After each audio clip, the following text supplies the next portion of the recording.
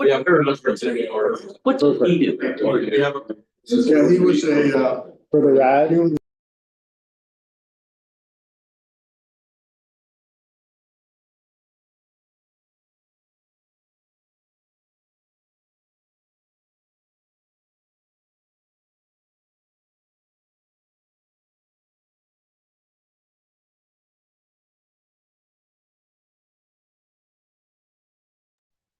well, ladies and gentlemen, welcome to council for the first meeting of 2025.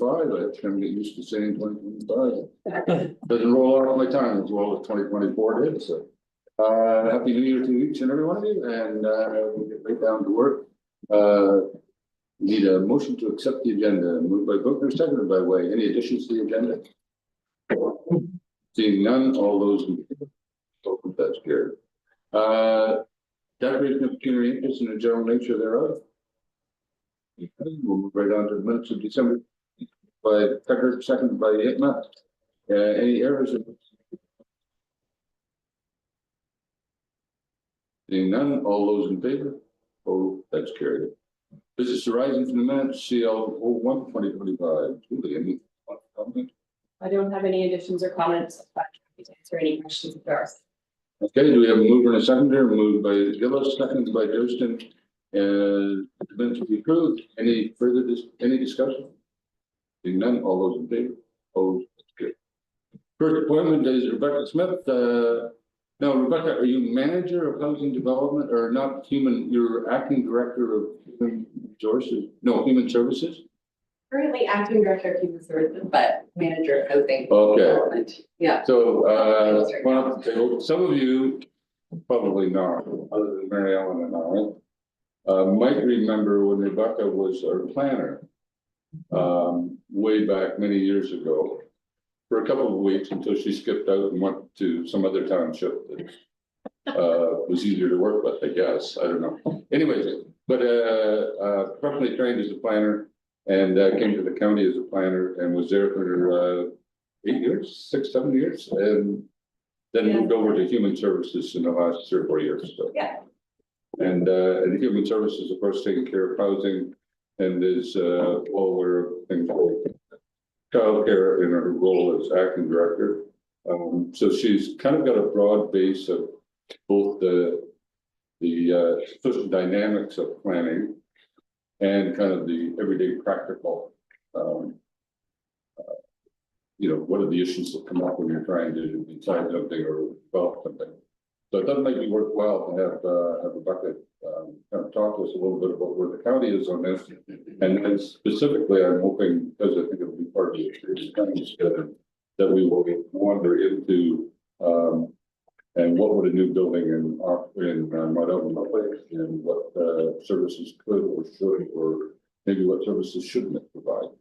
So that's kind of where I'm hoping to go from a professional's perspective, but then of course that complicates things.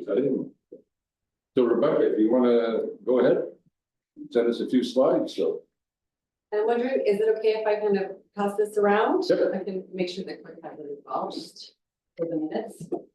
This is just maybe a. Yeah. oh, Not there. just before we start, Rebecca, I apologize. Mary Ellen, you were supposed to do an introduction. Yes.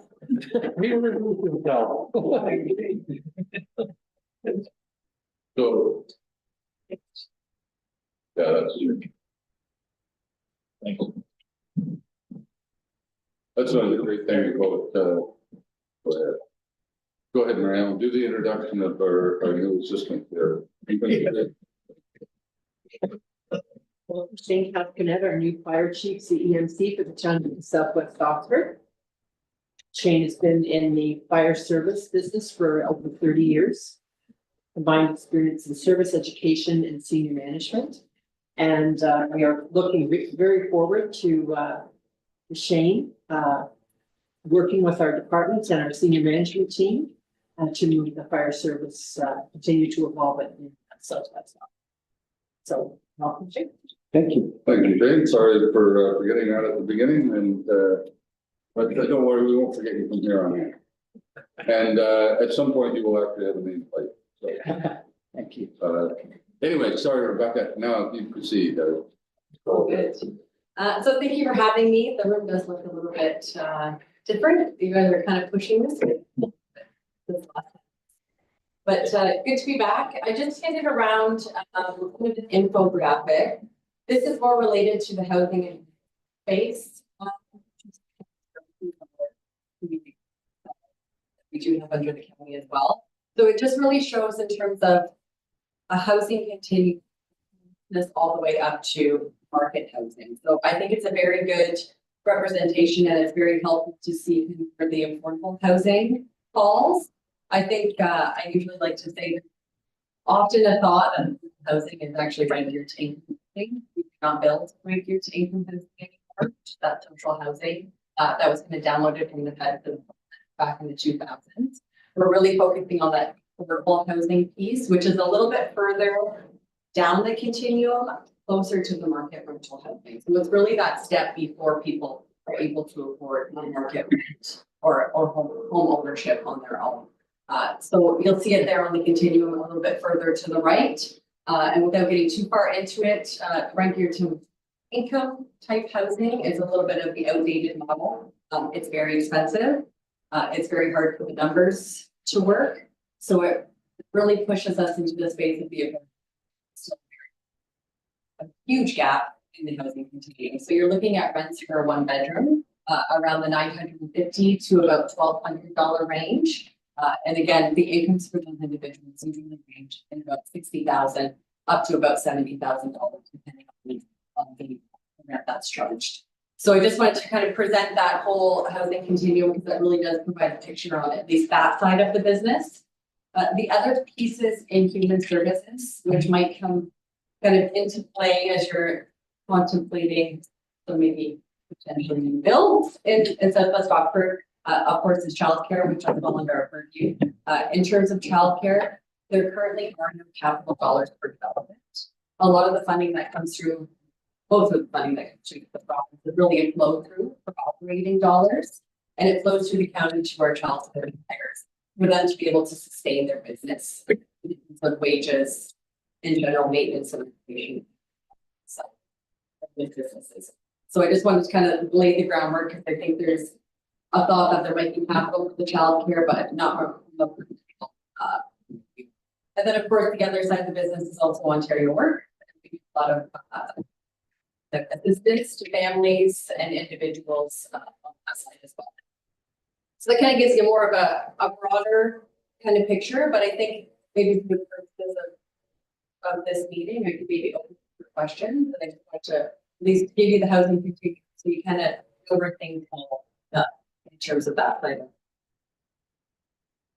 But you open up the floor, or if there's something else you'd like to teach. That's a good start. And we'll, as you know, Rebecca, the township has been considering and childcare. So, as you said, there's no external capital dollars for childcare facilities. So that's on our dime. In part would be rent. Your experience as rent cover the what you see cover the capital costs. Zora might be the only. Yeah, Zora is probably the best example because they combined childcare with their administrative building, and they were able to build that building quite efficiently. So the cost, they really kept it down. I think they did a lot of things in-house as well. So I would say it depends on how long you have a childcare provider in that space. So of course, if you have a 20-year lease, there's potential for you to obviously keep that capital. It just depends on the longevity of the lease. You kind of recouping some of those funds. I would say there is a dire need for childcare facilities, so I don't think there would be any issues in terms of filling a potential lease space. I will just say that it is very difficult for childcare providers to make the numbers work. So it has to be a pretty competitive lease arrangement, I would say.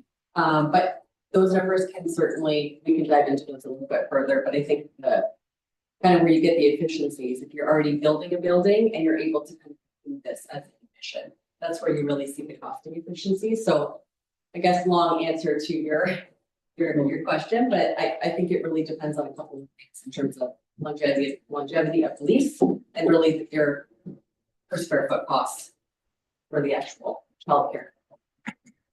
Because in the example of Mount Elgin, the total number of square feet of land available would lead us to probably building one above the other. And I'm just wondering, any compatibility issues, knowing that Dora's doing it, but they're kind of side by side, they're almost two separate buildings. Any compatibility issues, upper or lower, that would come to mind, or? Yeah, so childcare, they typically like to be on the first floor. I'm not saying they can't be on the second floor. It's just there's different safety things that come into play, potentially with fire code as well. So not saying they won't go on the second floor. I think at this point, they're at a point where we need childcare space really anywhere. So they will make it work. But in terms of compatibility, we're doing a similar type of arrangement in Embro. We're putting it up to RFP, and it's actually going to be a combination of housing, childcare, and library. So the childcare and library kind of enter through a single vestibule. So they're a little bit of a combined space, and housing is separate. So there's certainly ways in design to separate uses. And I think if it's a kind of on one floor, one on the second floor, that's very easy. Right, so I don't see compatibility issues, especially if it's with an administrative office. This needs to be kind of a separate entrance. But they need their own unique entrance, and in the example in my home, it's on the side hill, bit of a hill. The idea was that the second floor would actually be ground level at the south end, and the first floor would be ground level at the north end. Anyway, okay. You just mentioned the Embro example of housing, library, and childcare. Again, and I think council was concerned about or wondering about the compatibility of multi-uses within a building, particularly for residential, assuming that the residential or library might be on the third floor. So. Yeah, so I don't think there's not compatibility issues really. It depends on the type of tenants that you gear the units to. And we have to make sure that this all fits on the site too. So this is kind of just explaining a bit more of the compatibility things, but I think that, and that's why I always start, I think there's always a thought that affordable housing is that rent geared to income housing that's kind of geared to maybe people who are making $20,000 a year. That's not the case. Most of our affordable housing buildings are geared to either singles or seniors. So there is an option, depending on how many units, or if there's a kind of a will to include residential units in that project, you can not so much dictate, but you can say that you'd like to gear them to, say, seniors or single individuals. So I wouldn't see a compatibility issue with that. And again, I think through the design of the building, you can easily separate these things so they're not completely kind of joined together through a central hallway. I think there's ways around that for sure. The other question or the issue I wanted to raise was around capital dollars for housing, if it were affordable. And so the current model is generally that when someone's building a building, counties would offer to purchase so many units of that apartment building for affordable housing at a certain dollar rate. That'd be a fair way of. I would say it's more through the competitive bidding process. And I think for this, unless obviously county council has to make the ultimate decision. So if a different resolution came forward, of course, that's how staff would be directed. But kind of the current model is we offer funding by way of a competitive bidding process. And typically developers, nonprofits will bid on that project or that funding that's available. I will say over the last few years, we've had a lot of the funds tied up in properties in terms of the county will purchase a property and attach capital dollars to it. That way we technically have full control and we can ask for this many affordable units within kind of a multi-residential building. So that's the kind of the typical project that we would do. In the case of this, it would have to be an open RFP process, or county council would have to pass a resolution to kind of direct funding to a specific project. But in the case of kind of providing those capital dollars, we're typically at about kind of $25,000 per affordable unit in terms of capital contribution. And I know that doesn't make up the entire capital cost, but that's why we allow individuals to kind of provide some market rents as well in the building so that the numbers end up kind of evening out. So we give some of those upfront capital costs to kind of get your loan down a little bit so that you can make the numbers work and bottom line. So it's a little bit of a different situation here because it would be a municipal driven project, but it could be things where the county partners with the township and we attach a certain value to the land and it goes up for RFP for a potential component for the units. I've got a bunch more questions, but I'll let the council for comments or questions here.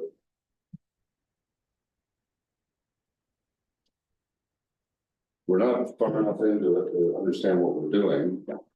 On the other hand, you kind of need to know a bit of the background before you start wandering too far down the road. Go ahead. Okay, so if there was, let's say, a contribution of 125,000 hypothetically, who would screen the tenants and things like that for the building? Would that be the county or would that be the municipality? So it's ultimately whoever the landlord is or a subsequent property manager. So there's a number of things that we have to put in place. So I'm assuming that the township doesn't want to be a landlord of residential units. I can only assume that. In that case, it would have to be, we get a provider that would kind of operate and tenant those units. So it would just really be a contract with the township and they would really be responsible for filling those units. That would be my recommendation. If residential units were proposed. Go ahead. The proposal for MGRO, who would own the building? That will be a private or a nonprofit component. So that will be completely different because they don't have administrative office proposed. And I think that's why this is a little bit different because at the end of the day, my understanding is that the township wants to maintain ownership of that parcel.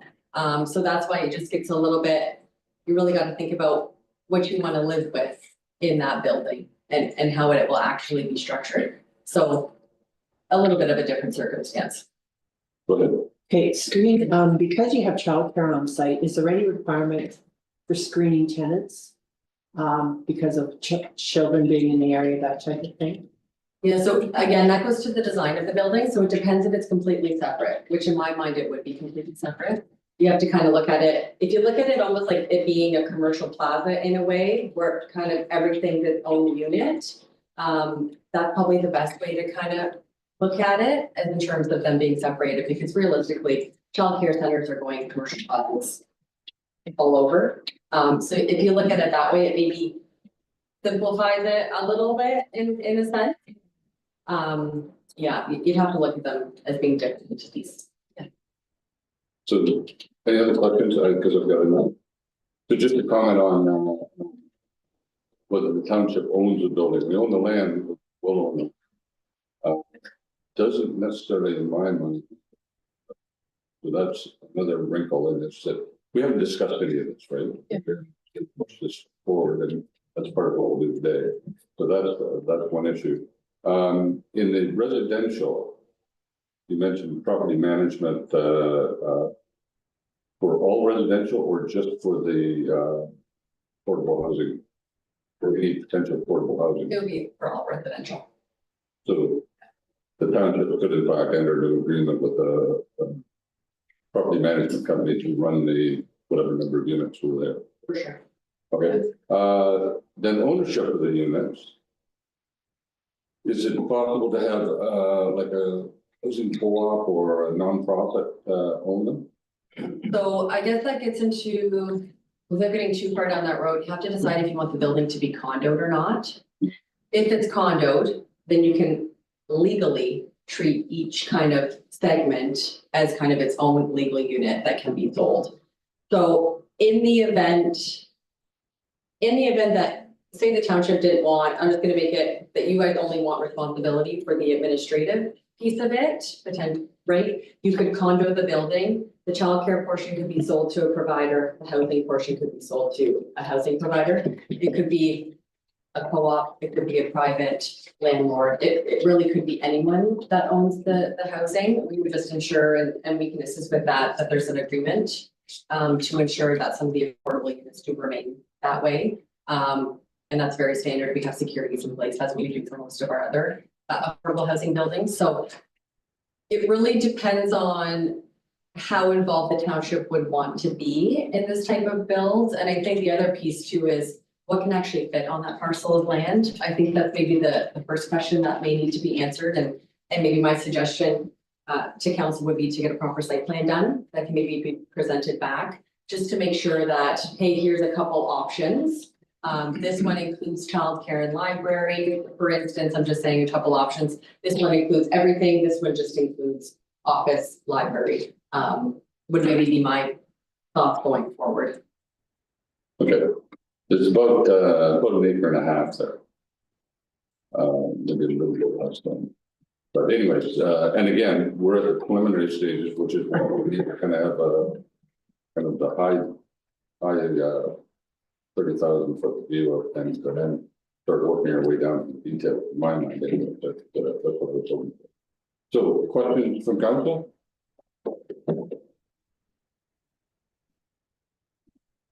Not far enough down the conversation to have any. Well, that's fine. Last question then, and it's on the infographic. Interesting infographic, but before if you look at it at this end, it doesn't say encampments under the trees here. Yes. Now, was that deliberately left out, or?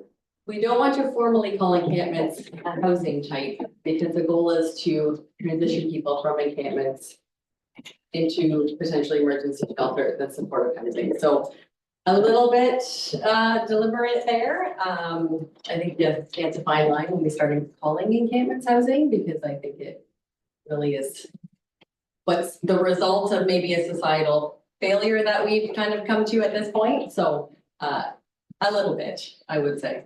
Okay, I think it's one of those things so that the reality is for some people encampments is housing, right? Not that it's a desirable state, it's just a reality for us. And as we look along the continuum, people are moving either upwards or downwards, depending on how you like to word those things. And that we need to be cognizant of that. And where someone is today isn't necessarily where they will be 5 years or 10 years or 20 years from now. And that's true for maybe some of us as well. So okay. Thanks very much, Rebecca. I appreciate your time. And I'll let you get right back to work, because I know that lots to do at the county. So thanks very much. Thank you. Thanks for having me. Okay. Either way.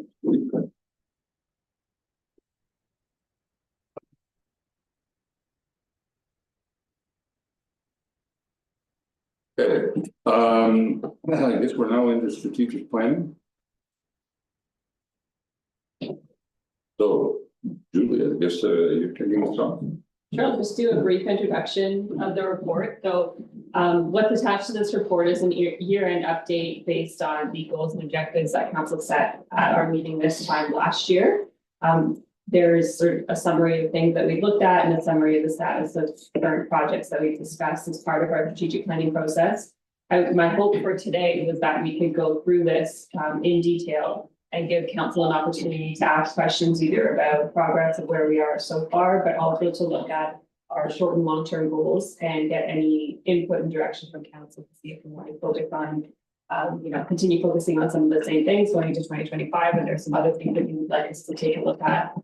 Really just have a chance for council to provide staff with some input and direction. Okay, so are you going to go through them, or is council going through them?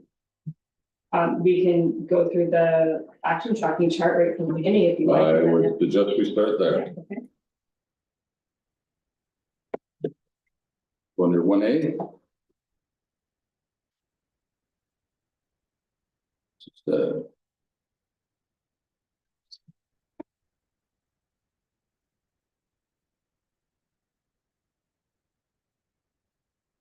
So would you like me to provide a bit of just like a Sure. summary of where we're at? Very And then brief. okay.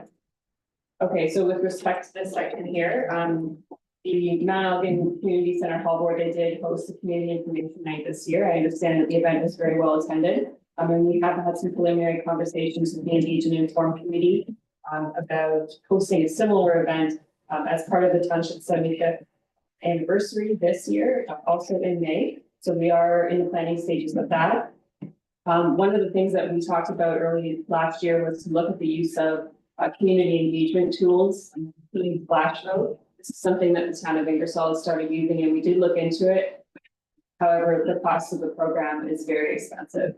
So this is something that the Engage and Inform Committee will still look at this year as we go along and we look at the township's communication plan. Community engagement continues to be a challenge. We do find that in-person communication tends to be the most effective, but this is something that we continue to have conversations about. Accessibility, we did update the township's multi-year accessibility plan this year. We are getting some quotes to install electronic washrooms at the Madam Community Center, the Salford Community Center to address some of the barrier concerns that have been raised. There's also some concern with respect to access of the pavilion at the Brownsville Community Center. There's the pillars right in the middle of the access. So we had talked to Daryl about getting some quotes for those, if that's something we can look at. Any questions on that? Councillor Yedlin? Talking about community engagement, I made some notes further down in the chart, and maybe it's more apropos for later in the discussion. One of the thoughts that I had around trying to engage the community better, more, was an idea that I picked up at AMO at the trade show back in August. But a subscription to a community app where everybody would be able to put an app on their phones and it would be instantaneous messaging between the residents and the township over any issue, be it a public event coming up, emergency warnings, feedback from the residents on road conditions, on safety conditions or power outage or any of those sorts of things. There was one private company that was promoting their product in that regard, but I wonder if that might be another route to try and engage the residents, because I've said it before, it doesn't matter what group I'm part of, communication is always the trickiest part of the whole segment. The people that are receiving the information never feel like they're getting enough, and the people that are giving it never know how to get more out there in an appropriate manner. And so it's always difficult. So with technology today, I think an app might be a way to go. I do have some contact information for the one that was presented at the trade show, but I've not looked into costing or anything.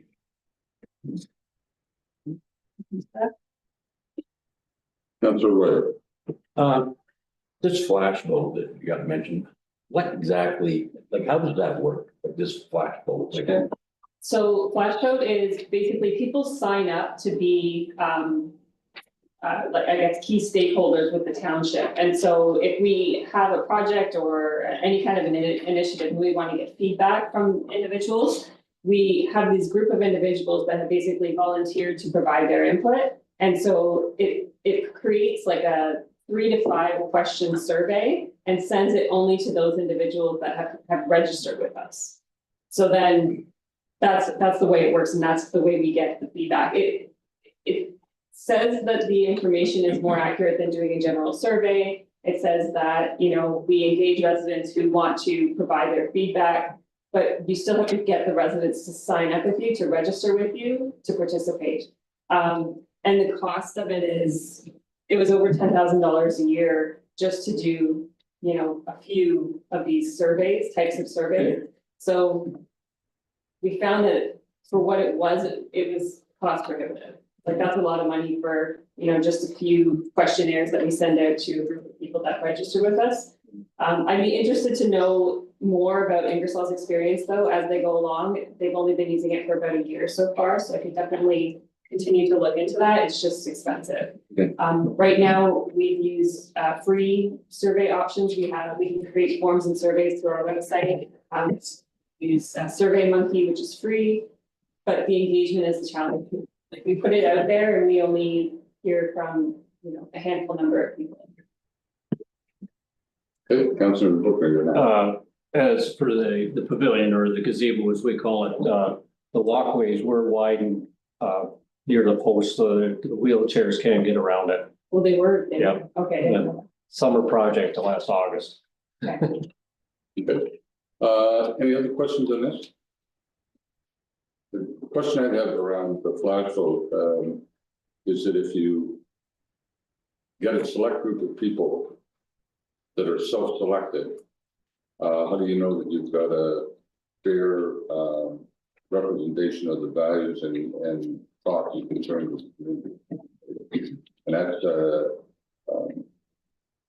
you know, it's not hard to get a group of like-minded people that get on something and want to push one side of the story as compared to another side. And that's any of these kind of things. And anytime you do a survey, you kind of have to say, well, yeah, and that's where I push back a bit, because I think people get elected to do a job. And if they don't do the job right, they get unelected at the next chance.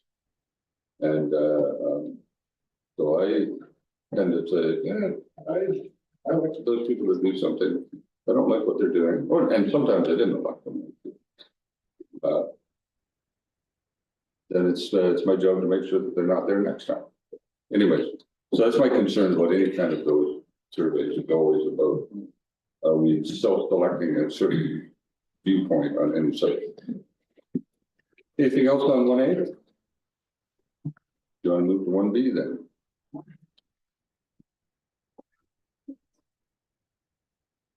Okay, so we're down to develop and implement an innovative recruitment strategy to expand volunteerism with focus on delivering high quality recreational and community programming. So this year, some of the things that we've looked at that are connected to this, we are looking at working with a developmental design consultant for the new park in Mount Elgin.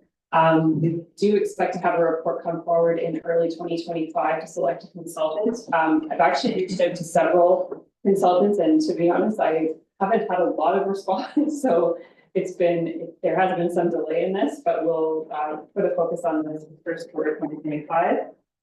We also did do a community engagement survey this year.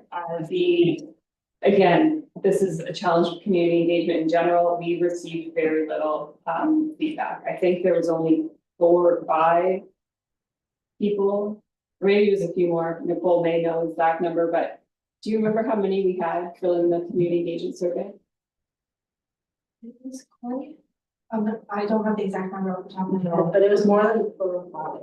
Was it? Okay, it was low considering the population of the township, though. It was less than 20, I'm pretty sure.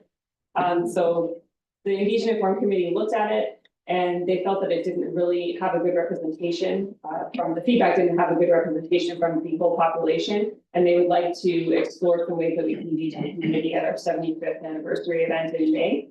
So that's something we'll still be looking at. And then there is still a review of the Township's Hall and Park Committee terms of reference that will be coming in 2025. And I think that this will focus a bit on what the responsibilities of the volunteers will be going forward and what staff's responsibilities will be going forward. Just Yep. 50th anniversary. 50th, sorry. 1975 is when the Right. township, yeah, you said I said 75. 75, sorry, 50th. It's 50th. Anyway, okay, continue, I'm Okay. sorry. I think out of that section. That's it, and then just making it a priority in 2025 to review the roles and responsibilities for staff and Hall and Park board members and volunteers. Councilor Becker, you wanted to say? Yes, so you're gonna hire a consultant to give some ideas how to organize this park. So my question is, what are we going to ask them for? What do we want in that park? Well, I think that's the starting point. So is the community, I guess the community has said nothing. Their needs, like, so are we talking replacing the ball diamond? Are we gonna add playground equipment? Whatever. So that will be part of it. We have received some feedback from the community because the Mount Elgin Parks and Recreation Committee did a contest where they provided design ideas. We have all those design ideas, so once we do select a consultant, our plan is to provide them with that information, but also include more community consultation as part of that design process with the consultant. So we would be looking for them to help us do some outreach on. Anything further, Councilor? Councilor, what was your name? Well, I was just gonna say in regards to that community's contest survey, that was in conjunction with the community information evening back in May. The results were far from conclusive. There was not a huge amount of uptake. I think we had about a dozen responses altogether. And it seemed to be all over the map, really. So right now, I would say there's no conclusive desire to have one feature over another. So, yeah, I would hope that consultant would help to flesh that out somewhat in the community as well. I was gonna ask you, Julie, you said you've had a little bit of trouble with uptake on engineering firms for this project. Just getting prices. So, I was talking to Norris over at Orange Shore Acres, Ken Norris, and he is chair of the Pilsenberg Farmers Market in Pilsenberg.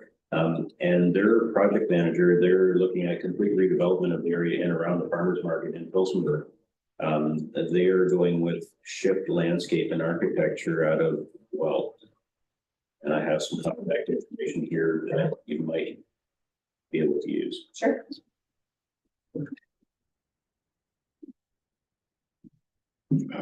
Any other questions or comments on the question I have is, I think we talked about, it's band volunteerism.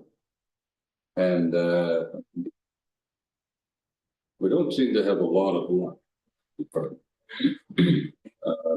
The volunteers we got are usually very good. It's how do we get new ones and how do you kind of, bring new ideas and, to the fore? Just throwing that out there. I think every committee, some seem to have better luck than others on being able to attract new volunteers. Councilor White. Regarding volunteers, on the two that I'm Poland's Hall Board, we got a great group of volunteers there. Museum now has a lot of people that will volunteer. They don't want to be part of the board meetings. But when it comes to events, we have that list is growing and growing. So I think that's great. And in a couple of weeks, there'll be a new group. The Centerville Pond we're having a meeting probably the end of this month for, they've got enough people to create a committee again. I think, like you say, in some areas it's easier than you, depends what the topics are in the area as well, right? So I'm thinking, I guess, say in my ward, I think the volunteer is quite healthy. So. We have other places where, we struggle with against people who, 2 or 3 volunteers, it's not a board make, really. So, Councilor. And in the case of Brownsville, it's kind of the composition of the board that's there right now is that anybody that comes in new feels that they're not listened to or their ideas are no good. And some of the older ones have been there for a long time and they're having a hard time letting go of their pet project. And that creates conflict. And so of course, people are not interested in volunteering in that environment. And in order to do the difficulty we have there is engaging, in particular, the new residents in the subdivision of Mount Ellen. There's a high rate of turnover in the housing there, and based on the number of blue boxes that I delivered. And to get folks involved in the community seems to be a real issue. Parks and Rec tried running pickleball for two winters in a row, and the first season was relatively successful, but last year, what we found is the folks that were most interested had found better. So they did. In terms of the park committee, there's 2 of us that are on it and have been, despite advertising several years for new members. There's just 2 of us. And the whole board last night found out that one of the longer standing members there has decided to take a step back as well. So we're down about 3 members on that board as well.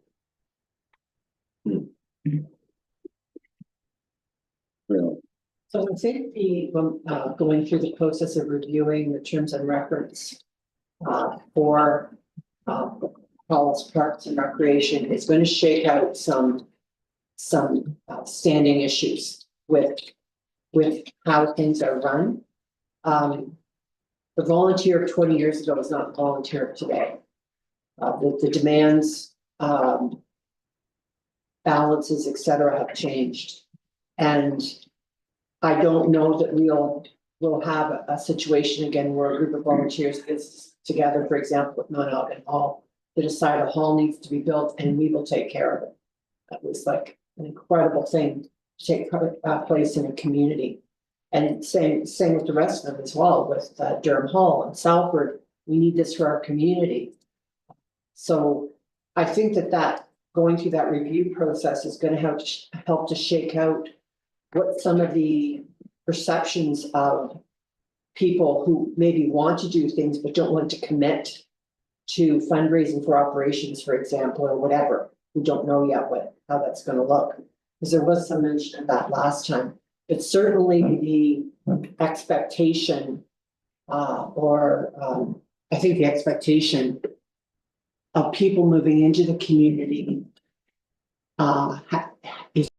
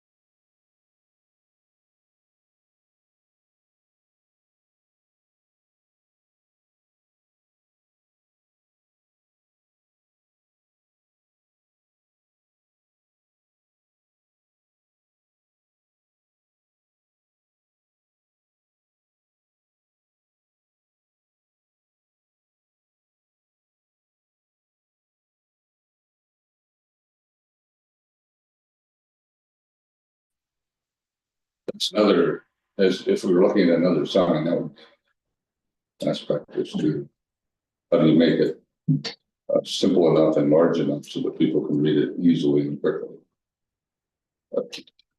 The comment, interesting that people coming into the village from either way, maybe don't go right by, they would be the village people. You don't know, but anyway, village people. Anyways, but only people passing through actually pick up, and you sort of say, and who's your audience? And the audience is actually the people who probably, that's the one you're trying to get. And unfortunately, because of the design of the village, maybe there's a bunch of missing. You always wonder if that sign shouldn't have been up on 19. But that's another story. Councillor Boomer. Well, it's either that or you have to go with a sign like the en routes that are putting up now that you can see it for 4 miles as you're coming up to it. But that would be cost prohibitive for township to do something like that. The MTO would have something to say about it. Anyways, anything further on that then? Councillor Yitman. Well, just, this is where I had my comments around the idea about an app for enhanced communications. Okay.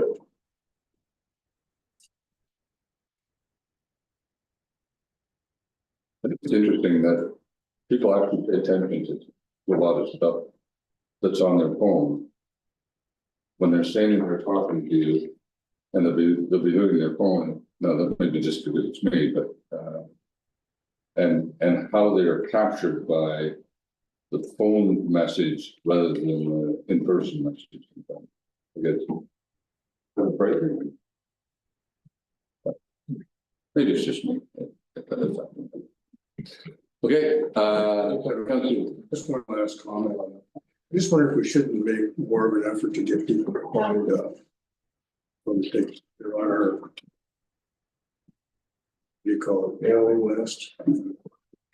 I don't know what percentage we'd have of our community, but I assume it's fairly low. So on our current email distribution list, I think we're somewhere between 300 and 400 people. That's for our e-newsletter. We have found that when we've had in-person events and we've had someone actually go and talk to people and tell them about what it is and what information we provide during this, that's when we get the most people to sign up. We don't get people signing up on a regular basis, just on their own through the link on our website. Or through social media, really, we found that in-person communication really gets people to sign up. If I can follow up. So in when we do send out our newsletter, we provide information on there. It's a redundant question. If they don't receive the newsletter, they don't know they're not receiving. Right, yeah, so how do you deal with that? It's something we could definitely share more on social media and through Village Voice and some of our other communications. We have a link, I'm pretty sure it's on the main page of our website as well, that people can just click on to sign up, but we get very few on a regular basis. I think the only point I want to make there is I don't think people know. Yeah. I don't think they've got the message that they can sign up, get newsletters, or maybe even in the future get informational road closures or fires or whatever. I don't think they know. Yeah, That's just my opinion. I would agree. I think that's something we could focus some communications on earlier in this year and try and get some more people to sign up for that. which ties to the comment Councillor Eagle made about is there now, but people will pick up. So Councillor Durst. If it's listed in putting the information in our welcome packages, or is it already in our welcome packages? It is? Yeah. Okay.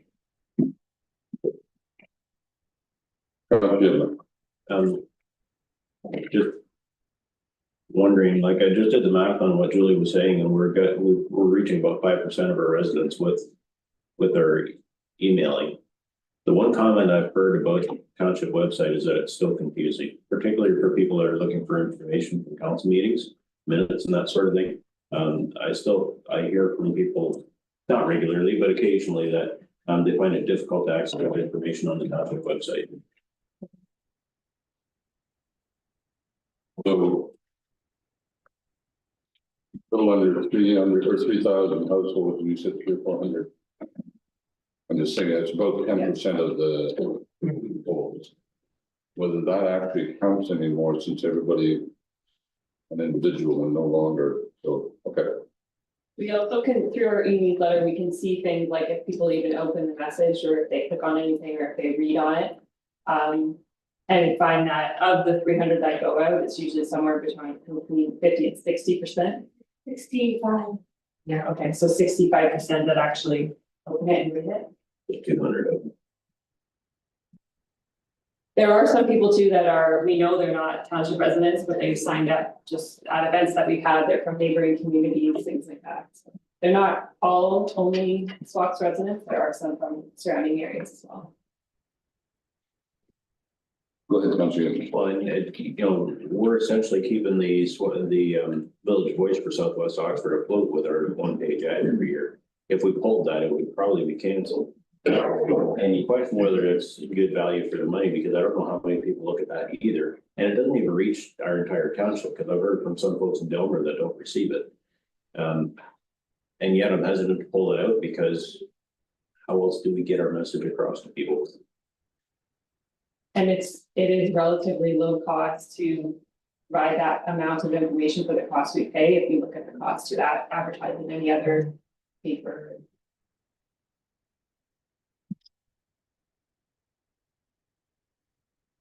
I'm actually surprised the number of times people will say, I saw it in the Village Voice. And whether it's just, the people I'm talking to, that. I actually think the Village Voice is probably one of the better communicators. I'm not a techie at all, so an app on the phone probably, other than becoming on what day is garbage day, isn't really of a lot of interest to me, but I think it's a good investment for Village Voice. I think they get more people, or get as many people from that as anything. Moving on to 1D. There's one comment that Pete made about Delmer. I think part of that is because half of Delmer is Tillsonburg address. So that's been part of the problem there.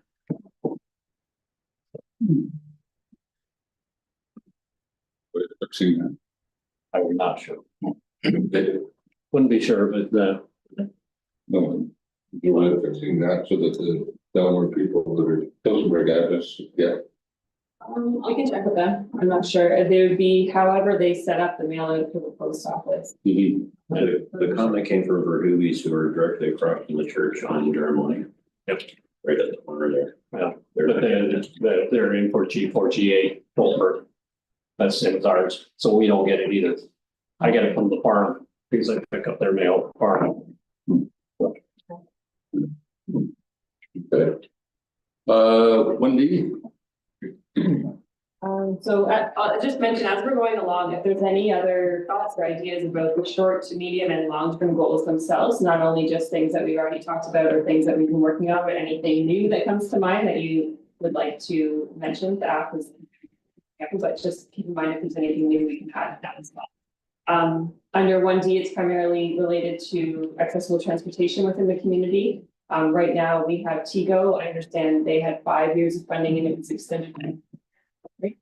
And Mary Ellen's gonna arrange a presentation this year, just to provide an update to council about the use of that program. And then we do continue to share the availability of TGO locally within township communications. Anything on that?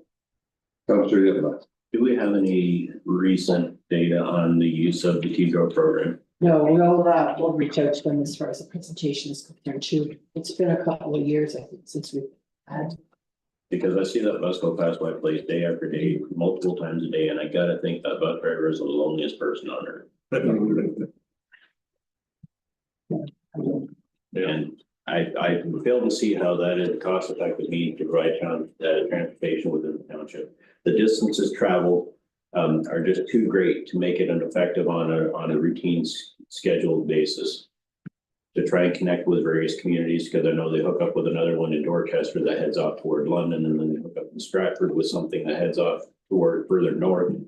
And the concept is great, but I don't think it's doable with the distances that have to be covered. A trip to London can take 8 hours. Where you're coming from, I guess, trying to young people who using it, what they call one to London. They thought it was great. Can't afford a car, that's how they got, and they were only using it, you know, weekly or bi-weekly or whatever.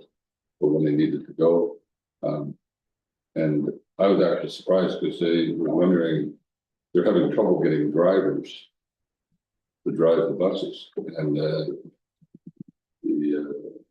comment was somebody had to drive their personal vehicle just to pick up the ball or the riders that night. So way back when I went to the Roma conference with you in 2019, and Town of Innisfil presented on partnering with Uber at that time, and I've talked about that here before. And I wonder if that might be a more time, if not cost-effective way to provide public transit here in the township, where we would possibly subsidize for certain needs, necessities, that sort of thing. A cost share ride program where you could get a direct route run from, say, Mount Elgin to London to a medical appointment or that sort of thing at a reduced cost, if that might not be a more effective way, more tax dollars efficient way to provide public transit. Okay. I'm looking forward to what my perception of how many people use it is. It's a very low number of people I'm talking about. But then basing that on, I don't see a lot of people using it. On the other hand, I'm very seldom at the bus stop to see people get on and get off. So it's not a fair. Right? And so I look forward to the report. I would be interested to hear whatever the real numbers of people actually and that need it for getting from, you know, to appointments or getting to work. Somebody take it every morning to get to their job and then figure out a way to get home in the evening. I don't know. Be interesting to hear. But I'm certainly be open to the idea of is there a more cost-effective way, but I'd wait and see how what the numbers actually look like. Anything further on transportation? 1E broadband technology. Yeah, so the focus in this section is primarily with installation of broadband service across the township. We did bring forward a policy for Sudbury telecommunications, and that was approved by council. Broadband services installation is still underway by ExecuLink, and we have our RFP right now for expansion of the service within Beachville, and that's scheduled to close at the end of January. Okay, any questions on that? Councillor Gillis. Yeah, just a comment about IT and technology. I know that the township uses different programs and different IT platforms, and just want to make sure that they're all working properly and most efficiently to help us achieve the goals we're doing. I know some of these subscriptions are pretty expensive, so I hope that staff is reporting back whether they're working the way they should be or want to be. One comment I've heard recently, Fire has moved a little bit more iPad based with trying to eliminate some paper, and there has been some challenges with it, whether it be the training or whatnot of, you know, what's that old saying? It's hard to teach old dogs new tricks or something like that. Just some challenges with it upcoming, and I hope that it's going the right direction. So I think it's just making sure everybody knows what they're doing with those programs. Councillor Tucker. My question to Julia is, do we have access to an IT specialist? So when there is something serious that comes up, or maybe not serious, maybe something with one of our iPads, is there a go-to person somewhere on contract that would help? So the township receives IT services from the county of Oxford. So if there's something that we can't address internally, then we would reach out to them and request support. And usually we have really great service with them. They respond quickly and they help us address any problems that we have. I think when it comes to any of the programs that we're using, we need to be either myself or Mary Ellen or any staff supervisor needs to be made aware of the issues so that we can work with them. I personally haven't heard of too many concerns. There have been some with Cloud Permit that we're trying to work through right now, just to get that program running to its fullest capabilities. And some of the setup of it isn't exactly the way we need it to be. So we're working on that right now. But if there are any other issues, we just need to make sure that they're brought forward to us so that we can look at them. It's good. Okay, Councillor, On the whole idea of IT, on the long-term portion of that graph, talked about establishing a business innovation hub, and I brought this up last fall as well, about Grey County and their Sydenham campus in Owen Sound. And I mentioned at the time that that's probably a much too large project for Southwest Oxford, but it might be more in line with the Oxford County level. And I just wonder if that's been brought forward to folks at the county yet or not. not that I know of, wasn't brought forward by me anyway, so, I thought we were, also wondering if ROEDC would. Jim, I don't think so. I know I discussed it, but I haven't heard it. I'll follow up. It would be a very large ticket expense, and that's why I say it's probably best to do it, Woodstock and Pilsenberg and do it on a countywide basis if we're going to approach it.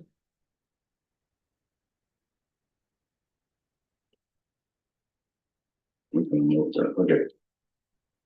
I'll raise that, thank you. Jim, you'll bring it up at ROEDC and Councillor Booker. Yeah, I was just wondering, exactly their progress. Are they ahead of schedule or behind? I thought I saw them working in Ostrander just a while ago. So. You know, Adam? I'm not sure where they're at on where they want to be currently. I know they have several phases that they're going to do for a 3-year program. So I think they're online anyway, as far as executive. So, we paid for the first 112 kilometers, so we got 112. Yeah, I asked Executive to send me what their measurements were, because I traced it out on the map and I couldn't get it quite to add what they said it was. Okay, So I'm asking him, maybe I'm not doing both sides of the road when I should be, maybe I'm just going one way, because is it on one side? no, it goes down one side, but they go across the road. So Yeah, okay. we're- Anyway, so they said after the Christmas holiday, they get back to me again this week, so. So we, the contract was for 112 kilometers this year, in 2024, 112 in 2025, and the last 80 in 2026. I think they're moving ahead wherever they can. So whether they put it in or not, they can only bill us for the first 112. And then starting January 1st, they can start billing us as they choose for the next 112. And that's all we're paying for. Doesn't mean that's all we're putting in. They're probably moving forward as quickly as they can, whenever they can, to get it in. They're hiring a third party to do the work, so they take their hours, kilometers, whatever you want to call it, whenever they can get them. I have no concerns about it so far, but I am interested in sort of seeing to make sure that we did get them involved. And we live up to our contract, they're going to live up to theirs. So. I noticed on Ostrander Road this week, they were doing work west of town of Ostrander. And it was not Weavers this time, it was a different contractor that was doing the drilling and the digging.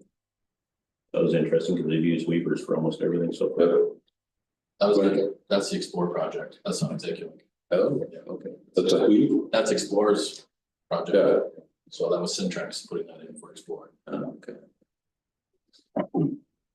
So Next year, maybe, exactly, we'll put it down the other side of the road or right beside that one, but anyways, Don't get me started. we'll get to that conversation later today as well. So, moving on to two, healthy and active community. Julie, anything you want to say in 2A? We were looking at, 5-year plan to expand use of township facilities and parks, and we talked about hiring a facility maintenance technician as well as design of the new park. So we did hire Daryl this year, as council's aware, and we worked on some processes with him and Adam to put together some work order request forms as well as report back forms. There's still a need to define some of the roles and responsibilities for Township Hall and Park volunteers with staff, which I think will come with the review of the terms of reference. And like, as I mentioned already, we are looking at options to work with a consultant to design the new park in Mount Elgin. There was some concern around billing that people were surprised out of the whole board. But they're surprised that they got a couple of bills for I think it was $41 for Daryl's time. Maybe we didn't communicate that quite as clearly and succinctly as we could have, but so that's a learning process, and I think that'll eventually work its way out. Anything on that 1A? Kind of covered a bit of it before. 1B. 2B. You're looking at expanding recreational programs and activities. So we don't, Township doesn't have dedicated staff to run programming. We do rely on Township Hall and Park boards to do some of this programming. There has been some, I understand, some pickup programming done in Mount Elgin for pickleball. The Tillsonburg Minor Ball Association also utilized the Mount Elgin Ball Diamond this past season, which was great. And they also have the canteen open in the evenings. Some of the projects in 2024, the activity track and was completed, the Sweetburg pickleball court was completed.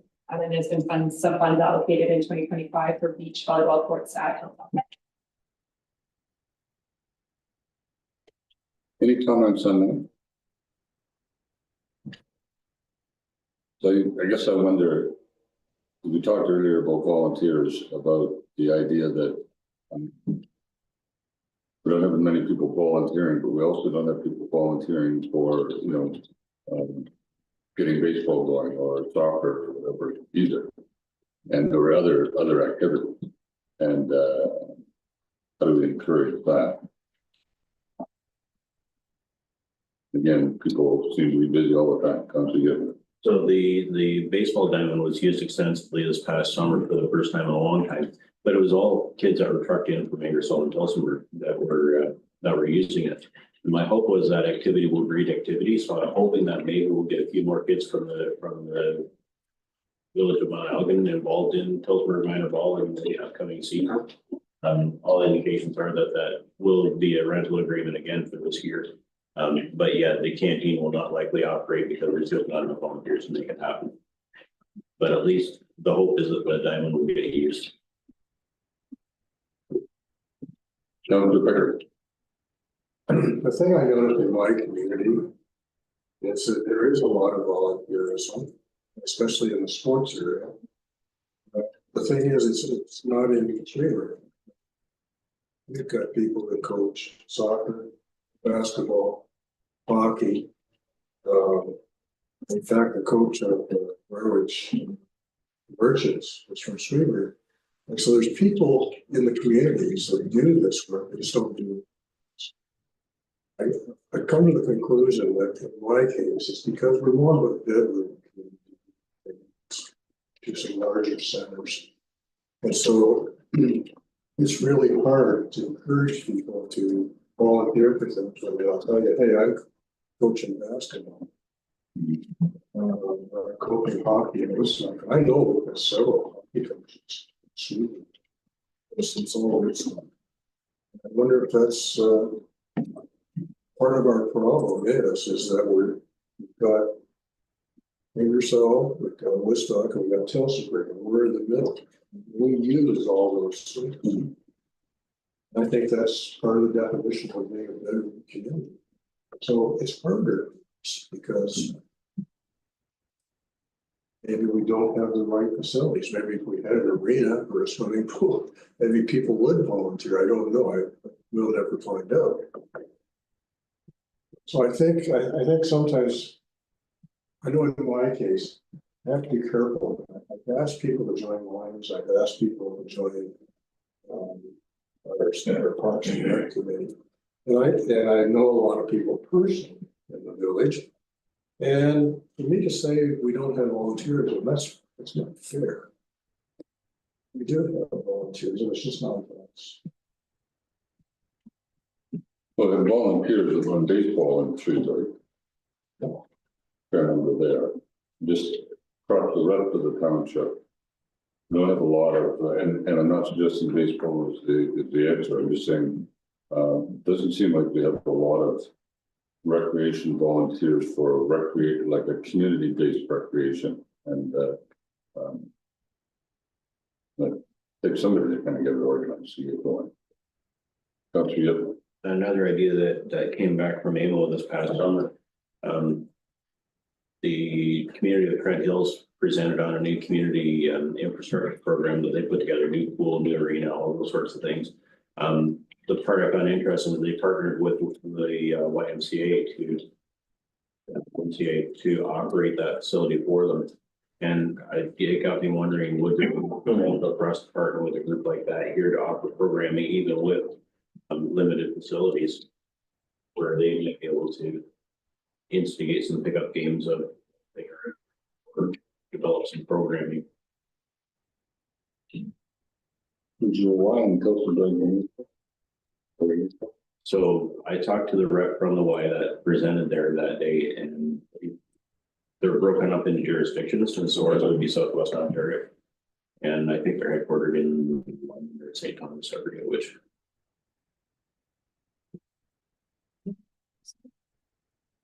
It used to be in all the communities, but That doesn't mean they don't umbrella. yeah, Yeah. so maybe that's the place to start and see what's happening.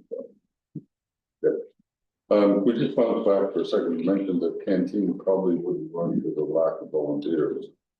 There's an opportunity there for employment for a week. We tried, we couldn't get youth involved. But we had about three young people that were scheduled to help out on a weekly basis. Most times one of them would show up, the other two didn't necessarily. And so we found it necessary to have a committee member there each night as well. And that just for 10 weeks in a row gets to be a bit much. So are these volunteers or paid youth? They were volunteers because if you have to pay them, you're losing money on the canteen.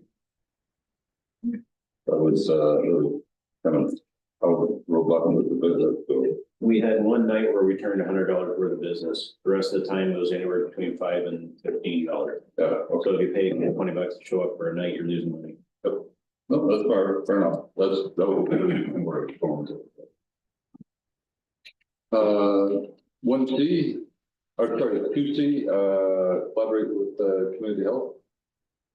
So in 2024, there really wasn't too much action on this. I know that with the purchase of the land, we focused more on park, municipal office, childcare, housing, library, possibly.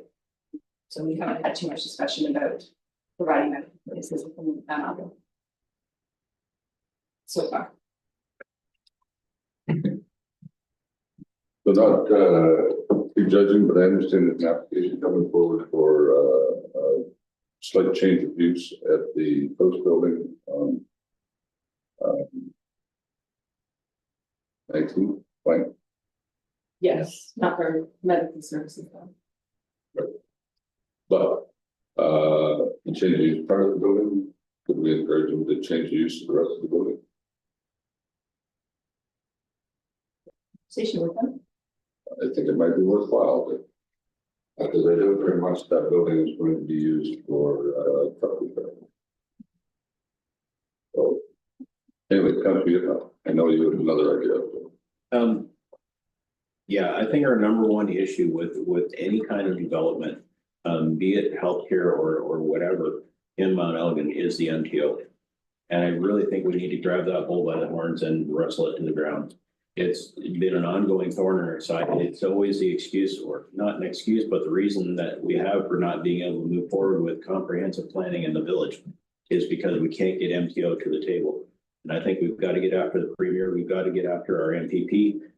whoever is necessary to bring that ministry into line and make it responsive to the needs of the community. I really think we have to get after this because it's our number one issue. Even Hydro One doesn't want to have to deal with them in terms of bringing power into the village if they can avoid it. And that says something. When one Crown corporation doesn't want to deal with another one, there's a problem. So I think we really need to get after that, to make a concerted effort. We need some traffic mitigation measures within the village there. The other part of that is access onto Plank Line, onto Highway 19 inside of the village.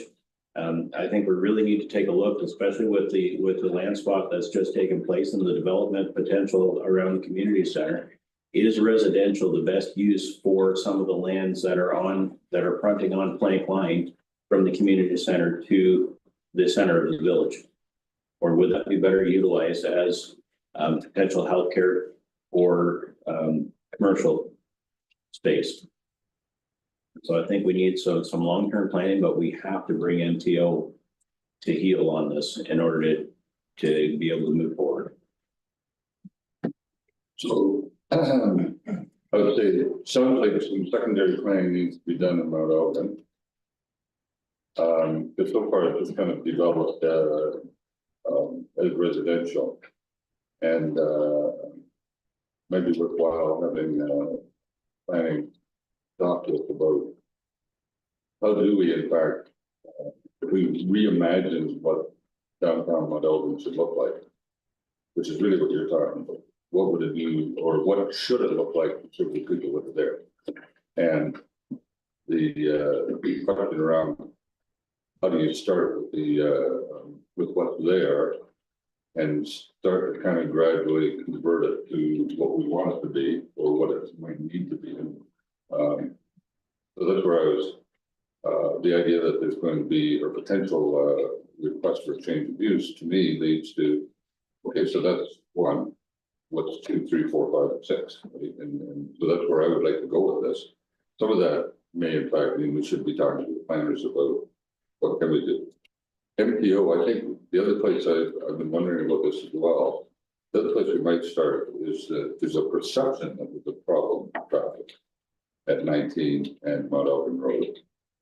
And yet they have sat there and actually counted the number of seconds that people stood or sat there at the corner.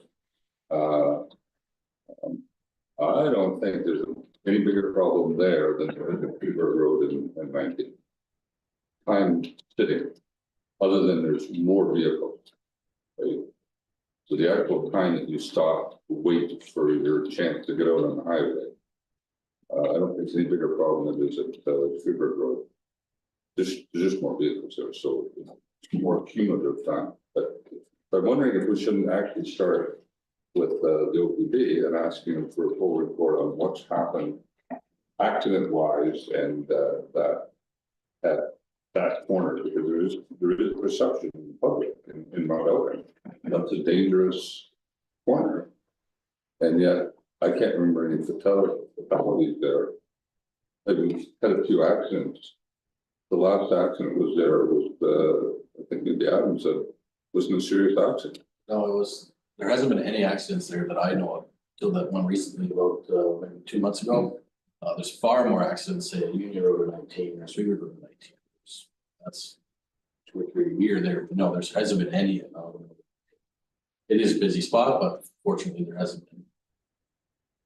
So and that makes me sort of wonder, is it as bad a condition as what people think it is? Because it goes back to the how many people ride on Antico. I have no idea. Is it 1 per day or is it 101 per day? My inclination is that probably not more than 1. But that isn't fact. That's as we said earlier, fact and opinion are not always the same thing. So I'd like to see us start with what the reality of the Mount Elgin Plank Line. From an independent OPP view. The question around MTO, because if there's a serious problem there, MTO should do something about it. If there's no serious problem there, they're going to say we've got far worse conditions than the rest of the province that have a higher priority, right? So you kind of have to, at least in my mind, I'm trying to back up a little bit, and say, okay, how do you get from the ground level up to the upper floors? That's where I think we probably need to know what is the exact condition of that corner from a safety concern, which is what MTOs is going to be. How many vehicles can we get through that corner without any problems? That's the job of transportation. Anyways, you wanted to say, sorry. Well, I would agree with you in one aspect of your comments is that the volume of traffic there versus, say, Plank Line and Sweeper Road is the same volume of traffic. I would agree with that. The complicating factor in Mount Ogden is the incredibly poor sight lines to and from that intersection. And that to me makes it a much more dangerous intersection than Sweeper Road and Plank Line, for instance. Sight lines are much better at that intersection. And so there is a perception that it's not safe to cross for pedestrians, it's not safe to enter for motorists. That may be more perception, but I would rather be a little proactive about this rather than waiting for the right number of people to die at that intersection. I agree. I'm not disagreeing with you at all. I'm just trying to understand from an MPO perspective, they're not going to do anything at that corner until the statistics say they have to do something. That would be my guess. That doesn't solve the problem of how do we reconfigure Mount Elgin to make it more commercially and communally better so that people have access to the goods or services they want in Mount Elgin. And those are kind of two different issues that kind of ride together, but they're, in my mind, they're kind of two different issues that we kind of need to. And so one of them is, in my mind, is so what's the reality of the corner? The other one is what's our long-term vision? The one today, what's the future? And that's where I'd like to see us sort of, quite frankly, do a secondary plan on that area and say, what are we going to do there over the long term? Yeah. So if MTO doesn't see it as an issue at that intersection, the municipality would have to move forward to say, okay, we think there's an issue. MTO doesn't. Here are the two solutions. Well, there's three: do nothing, roundabout, streetlights. Those are really only the three things that you could do that would control traffic at that intersection. In which case, MTO has already said that that's not. They don't think it's necessary, so they're not paying for it. So then we have a county road on one side of 19, we have a township road on the other. The cost potentially for that would then fall to those two groups, potentially, like I said, hypothetical. So MTO will do something if we say we need this. Then we would have to submit plans as to whether it's going to be nothing or we wouldn't go to them then. A roundabout or streetlights. What would it look like? What would the design be? They would comment on that as far as how the flow would work. And then we'd have to take it from there potentially. But the secondary plan is an important piece because if you look at that intersection, if you're considering a roundabout at all, and I know this is down the road, but there'll be property that's going to be required. So that's our corner, that's Proutz's corner, that's the grocery store corner. And then the other corner. Yes, okay. So that could potentially have an impact as well on what goes on those properties. So if the township believes that there's a serious issue at that intersection, those are basically the options that are available. So streets are out, and we can't put a street light up on Mitchell Island. We don't have authority. So that would be the first discussion like with MTO. No, I'm not saying that's the right answer. I'm just saying, we can yell and scream and send in all the letters we want. If they say there's absolutely no justification for it, and no, we won't do it. We can put streetlights up on our corner. But probably can't because it was too close to MTO. But we can't force them to do anything. No, so no. The justification for it, which is also connected to the secondary plan, you have to be able to, if you want to change something, you have to be able to say, and this is where we're going forward, therefore we need this. And I think of the corner of Clark and 19 going into Ingersoll. the need for change there, much better sightlines, no question there. But the need for change there because of what's gonna happen in that whole area. The town is saying, well, wait a minute, let's, if you look forward, we need to fix that corner first and then start working on, you know, we're letting the town evolve the look. So to me, this is kind of the same sort of thing. I think I would be saying, where do we think that's going? And then back up and say, okay, so one of the things that has to happen is, quite frankly, I think their only hope there would be a roundabout. But that's, it would be, if I can't justify it today, then I better have plans to be able to justify it tomorrow. And again, if we're planning on spending, or at least, I assume it's gonna cost $500,000 to put in a turning lane at, Macbeth. I'm guessing it's a couple million to put in a roundabout. And other parties to the, why would the county if there's no need for it? Like, I mean, they could argue for it, so this may totally be on Southwest Oxford's shoulders, which backed me up again to, that we better have a pretty darn good plan to say, this actually makes sense over the long term.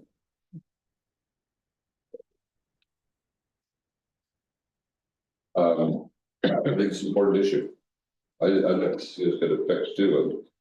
But before I go down to MTO, I want to make sure that we have a plan that says this is where we're going, therefore, this is why we need to make the changes. And part of that plan would be to say, are we having a problem now? And I think the answer is going to be not, according to statistics. Perception, yes, statistics, no. And so then you have to say, as you pointed out, but we want to solve the problem before we get to it. I don't know, I'm open to the other ideas, Councillor Yip. Well, I would tend to agree in that it just seems to me that every time we have a discussion about development in that area, the number one issue is always MTO. It's got us hamstrung. And so if a secondary plan is what's necessary, I think probably in recent years, we may have been guilty of a little bit of lack of planning, to be quite honest. In terms of our land swap, in terms of a number of things that, at least in my mind, I've been moving the pieces of the puzzle into place because this fits and that fits and that fits, but what's the long-term plan? And I think we really, especially now as we're talking strategic planning in that area in particular, we need to get down on paper and what do we see happening here in the next 5 to 10 years? If I look at the row of residential structures from the community center to the intersection of the north, pretty dated infrastructure there. And it may be more useful to turn that over and turn it into some commercial space or some healthcare space in order to develop our long-term plan for the village. Get some residential off of that busy highway and turn it into more available space that more people can make use of. I've got a message on my phone right now from somebody who's interested in that very thing. I haven't responded yet. So would strategic planning from this session direction be to approach the county about having some kind of work done on a secondary plan, again, commercial space in that area, and have that conversation, and then maybe have them come out and explain this is what needs to happen and this is what it's going to cost. And I'm assuming that it's a third-party consultant sort of thing. I actually did have a conversation with Carmichael about it already. He approached us to see if there was interest, so we can follow up with them and see if they can come and do a presentation. Maybe even within the next few months or a couple months or so. Well, I'm just one person here. Oh, that's kind of the direction I think we need to go on this. Is if we're actually serious about changing the dynamics of the Mount Elgin downtown, I'll call it, then we better get a plan together.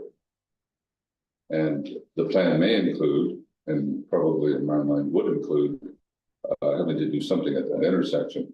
And I would agree that one of the hurdles of the plan, no matter what it is, will be how do you get MTO to buy into it or to, and advocacy that's going to be required. Now, it's, I don't want to put any effort into it until I know what I'm putting an effort into. Counselor Gillis. Yeah, I kind of think that's a good idea to look for. Something kind of caught my mind when we talk about medical and other services. It depends, is it a thing where if you build it, they will come? Or is it, if there was a space available, would it be something that somebody would one-off either rent or borrow for a limited amount of time? And I think that comes down to the plan, or if we were to do a building, what spaces would be available and what, interested if there was a space available, and how to pull that out to say, we would use a space if you had such and such square footage. That way we would know ahead of time. Right, and that's, all these pieces kind of have to come together, and that's where I sort of, Glenn, let's have a plan and say, how do we work the plan? Okay, you'll either try to Paul and ask him if he wants to, kind of help us explore the next step. Okay. So that's Mount Elgin. Is there any place else in the village or in the township that there's other medical services or other services that maybe we could help facilitate?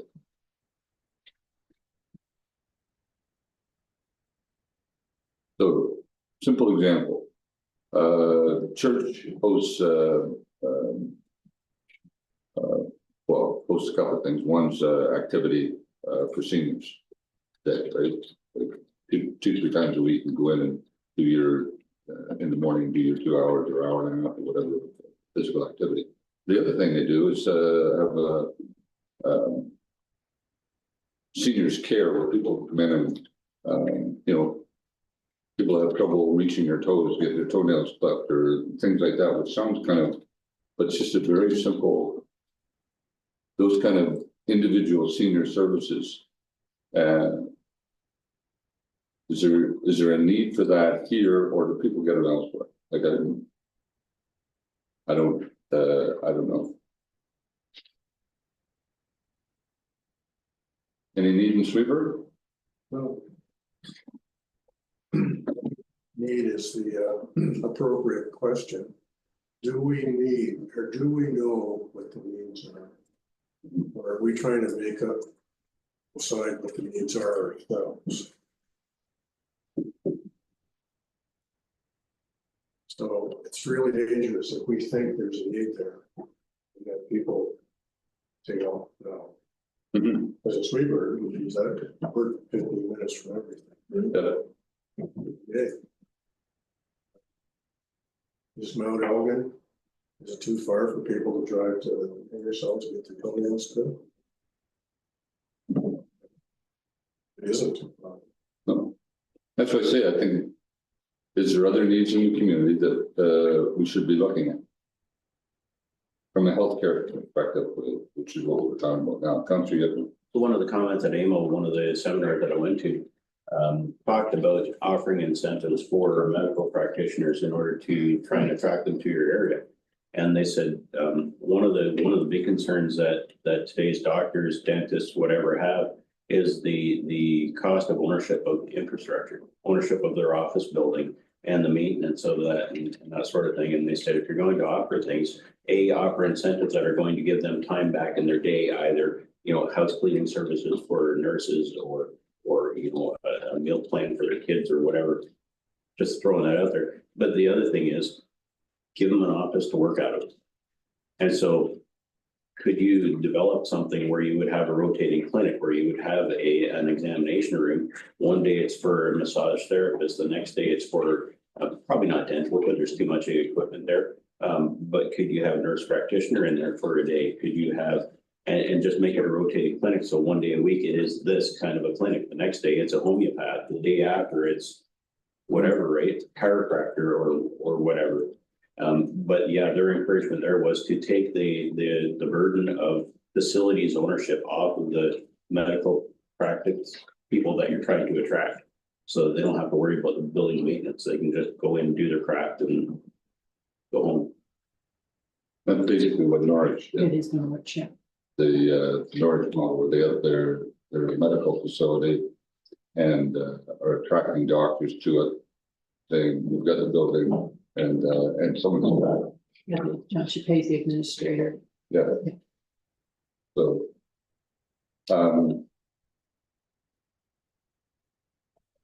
So part of the secondary planning?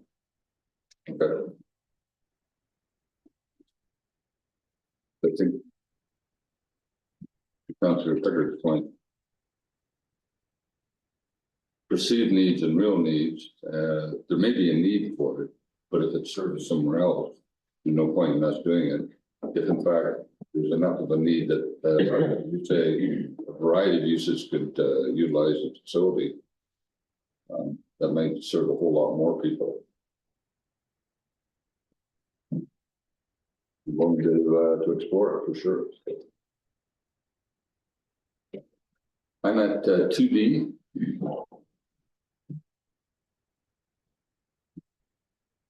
So under this section, our focus has primarily been on housing. This is working with other levels of government health and community organizations to address complex societal problems, including poverty, affordable housing, mental health, and addictions. So within 2024, primarily supports housing opportunities, and we continue to look at different possibilities for housing, higher density housing, as well as low cost housing. And met with a couple of developers and people that had some ideas about housing like this. There's in Mount Elgin that could potentially be coming forward. Some of the challenges we've had mostly in relation to this is that Mount Elgin is our only public service village. And if we want to have higher density housing, then we need to have full services for that development.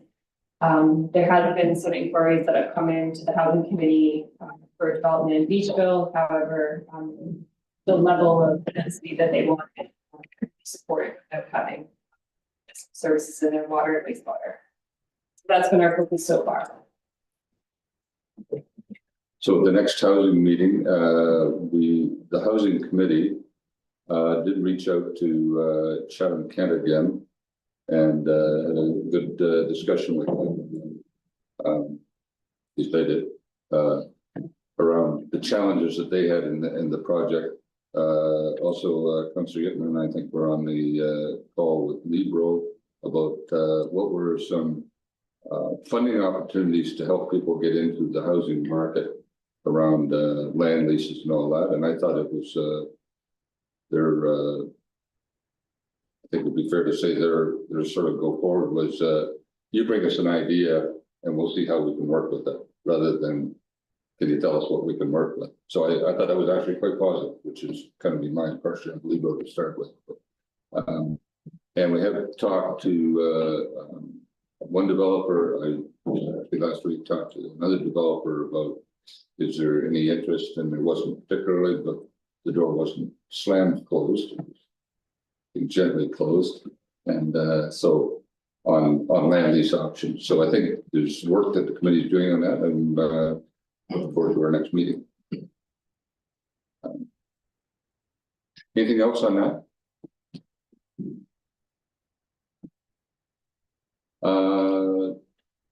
To E, Okay, so both Councillor. Sorry, thought just struck me.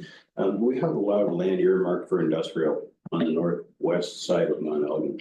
Would there be any interest / need to convert some of that over to residential or commercial space rather than industrial? Because there doesn't seem to be a whole lot of uptake on that. Uptake or interest in selling at a reasonable price. And so a couple of things out of that. I've been thinking about that for. I'm surprised that something hasn't happened there. Like over the years, and it's been years. So I know that the ROEDC would be interested if there was a plan going forward. I'm assuming it would be in helping us move it forward. And while the official plan suggested it's industrial sort of manufacturing employment lands, whatever you want to call it. Is that also part of a larger secondary plan that says, do we need to redesignate that? And I hate to give up employment lands. But environmentally can anymore, for residential. But, I do think we need some kind of go forward there. So, and some of it's come down to dollars and cents. If the land is too expensive to be able to develop for what you, I'm not saying it's too expensive that the person who wants to sell is selling it or asking too much. I'm just saying is it's too expensive to be able to pencil it out, then it's going to sit there for a while.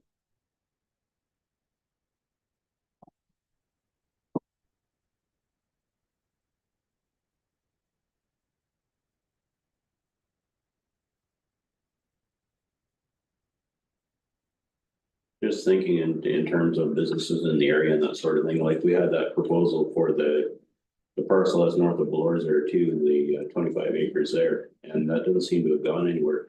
But I know of at least one trucking company in the last couple of years that's decided to close its doors rather than relocate out of a spot where they were not zoned for. And I hate seeing that happen because that was a fairly well-run, fairly ongoing business. And yeah, they didn't meet the zoning for the property they were on, and they decided it was just easier for them not to continue operations. And that's unfortunate. Meanwhile, we have industrial land that would be suited for that, and it doesn't seem to be being acted upon. And so, you know, I hate seeing businesses like that leave for lack of better options.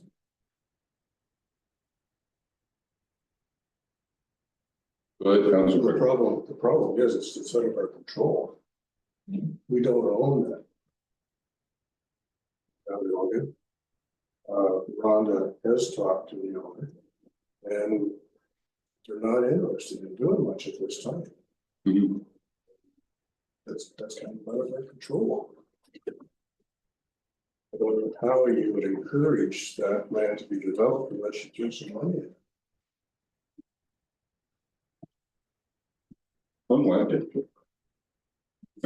This is actually a common problem in a lot of municipalities, because there's land that's privately owned that the urban areas or rural areas would like to see developed, but for various and sundry reasons, it isn't. Ingersoll has some, certainly the city of London has hundreds of them.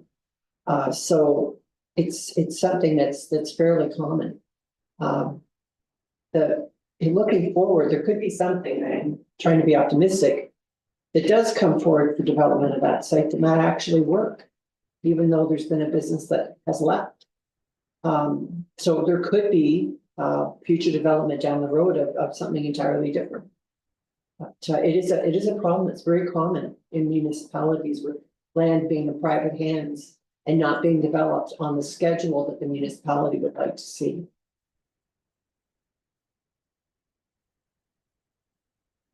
So, are you suggesting that we take on private land ownership as an advocacy issue?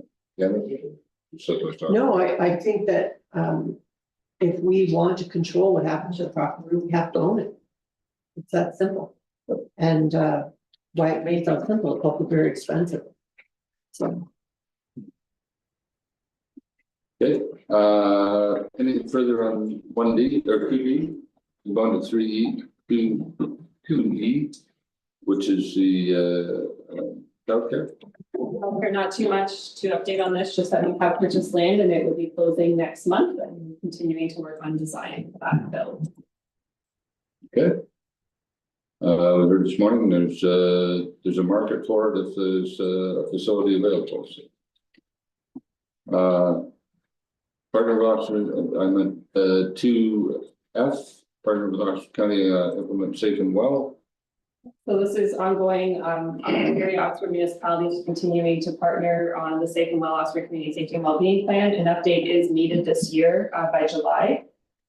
Currently, there's been no change in direction from all area councils asking that the county implement this on behalf of area municipalities.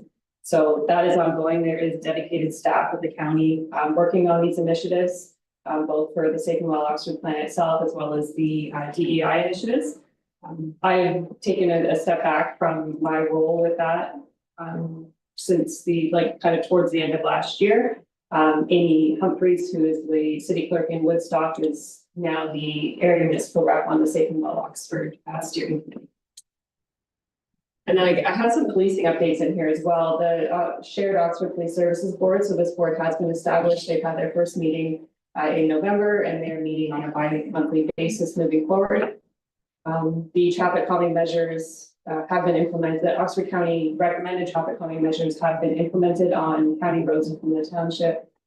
And there was some discussion under this item as well about the shared community safety officer. I understand that the satisfaction with the service has been mixed from the area municipalities that do have one. I don't know if this is something that council still wants to consider, but it was not included in 2025 budget. So in the county budget under that one, it should be passed tomorrow. It's passed, but the bylaw is in on the agenda for tomorrow. Does have the first stages of exploring the actual dollars and cents of automated speed enforcement in photo radar. So they'll be actually doing printing numbers to say, what is it actually going to come to the county to put in photo radar, and what's the economic reality of it. So that'll be the 2025 project, and then looking at this, they move forward in 2026. Yeah, well, maybe I have to refresh my memory. What is the reason we don't make the traffic signals in ourselves on our roads? I know the county's done a nice job with their calming features. What's holding us back? Are you asking me or are you asking Adam?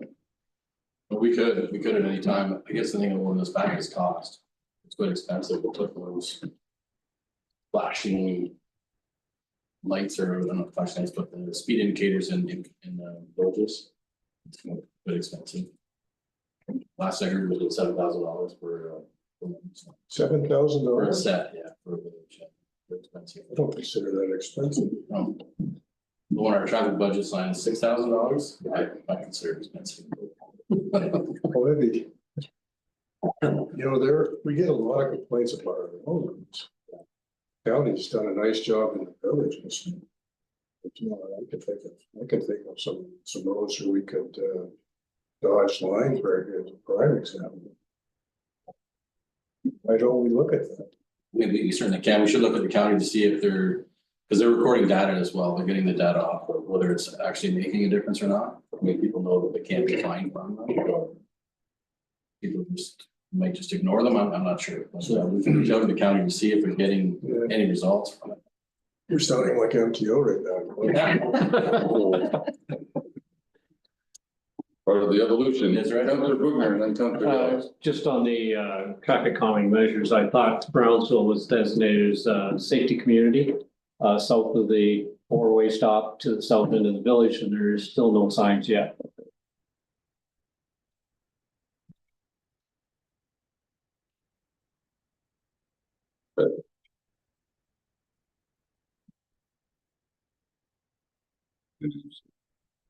and Councilor Gillespie. Yeah, just kind of wondering about that, whether we should keep looking into that ourselves on our roads, whether we should be doing something like we're planning on putting a park at one end of Mount Elgin.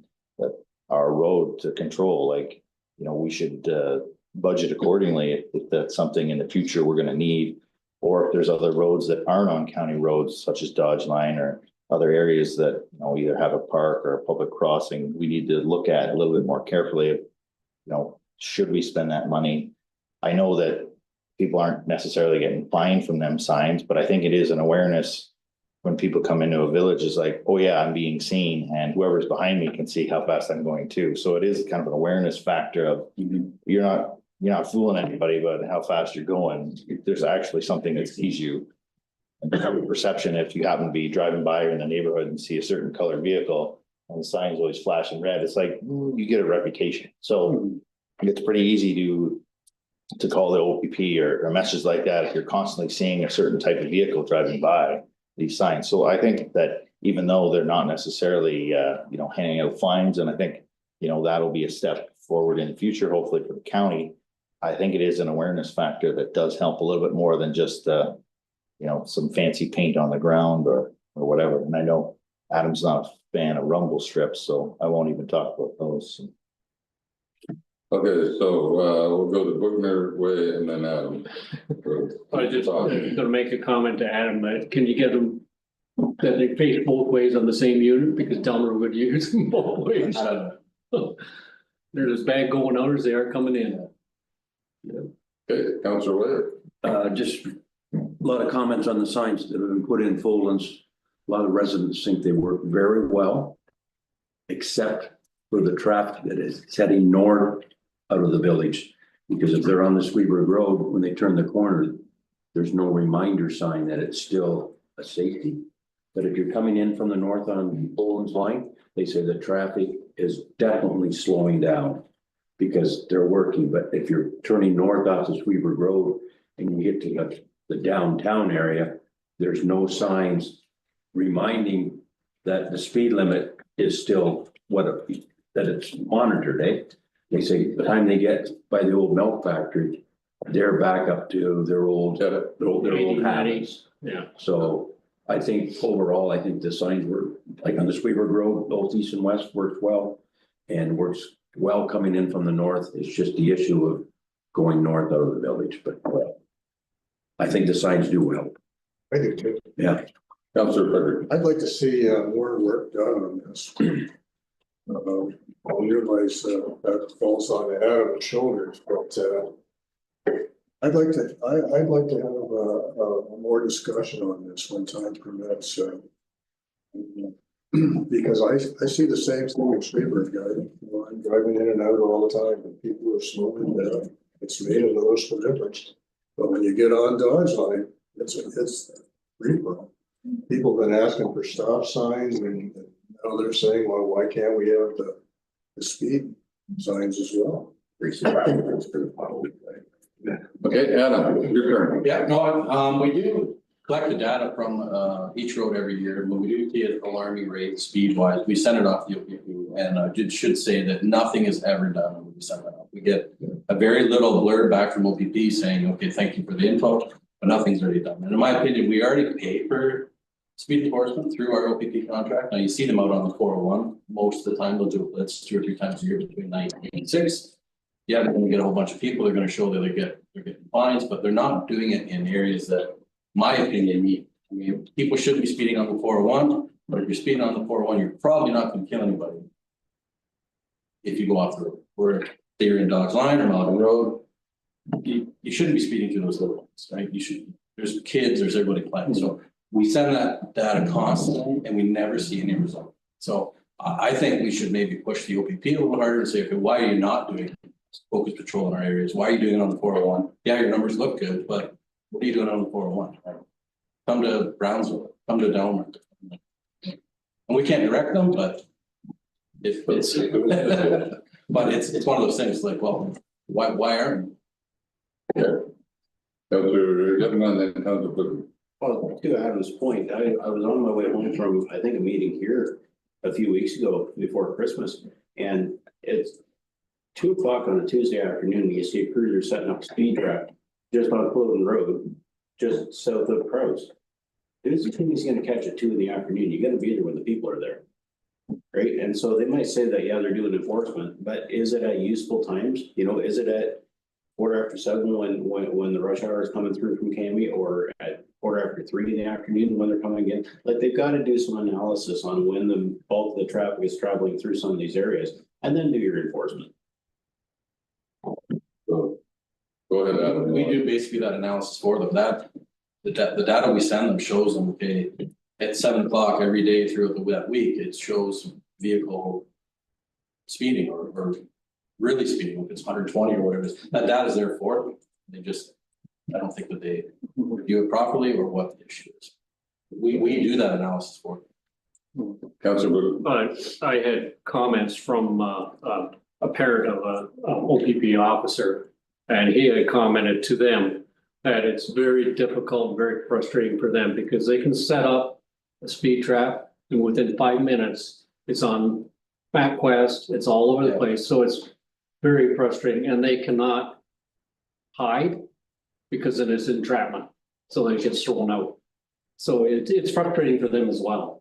So you've got to look at it that way too, but with the modern communications, within 5 minutes, they know where that speed trap is. Okay.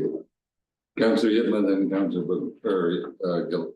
Becker, I'll get it. I like my mom, you go around the table till you get the right. I was just gonna say, I've lost all track of where we're at in the discussion in terms of our strat plans. But since we're on the idea of traffic, I think we need to continue to petition, talk to the province in terms of making the program more accessible to more areas of the province, more areas of our communities, not just zones where there's a school or a park. We've got to be able to implement this thing on a much broader basis.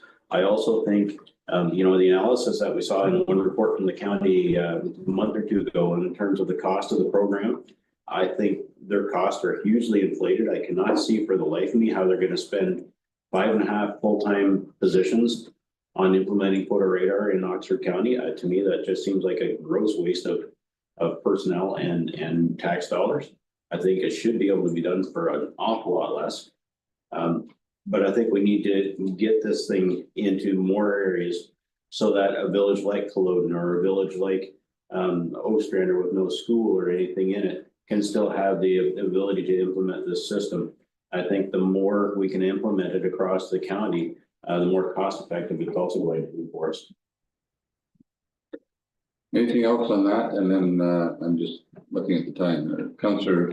Just very quickly, Mr. Mayor, I wonder if this new police services board, is this something they're going to deal with? Can we take issues like this to that board? Is that a function of this? There's a liaison between the municipalities and the police, and to Adam's point, can't direct them, but you can certainly encourage them. And I actually think that you're going to hear the same kind of thing from the other municipalities, that we need to step on this a little bit harder, and how do we encourage that? Again, I'm very reluctant to see government in the full.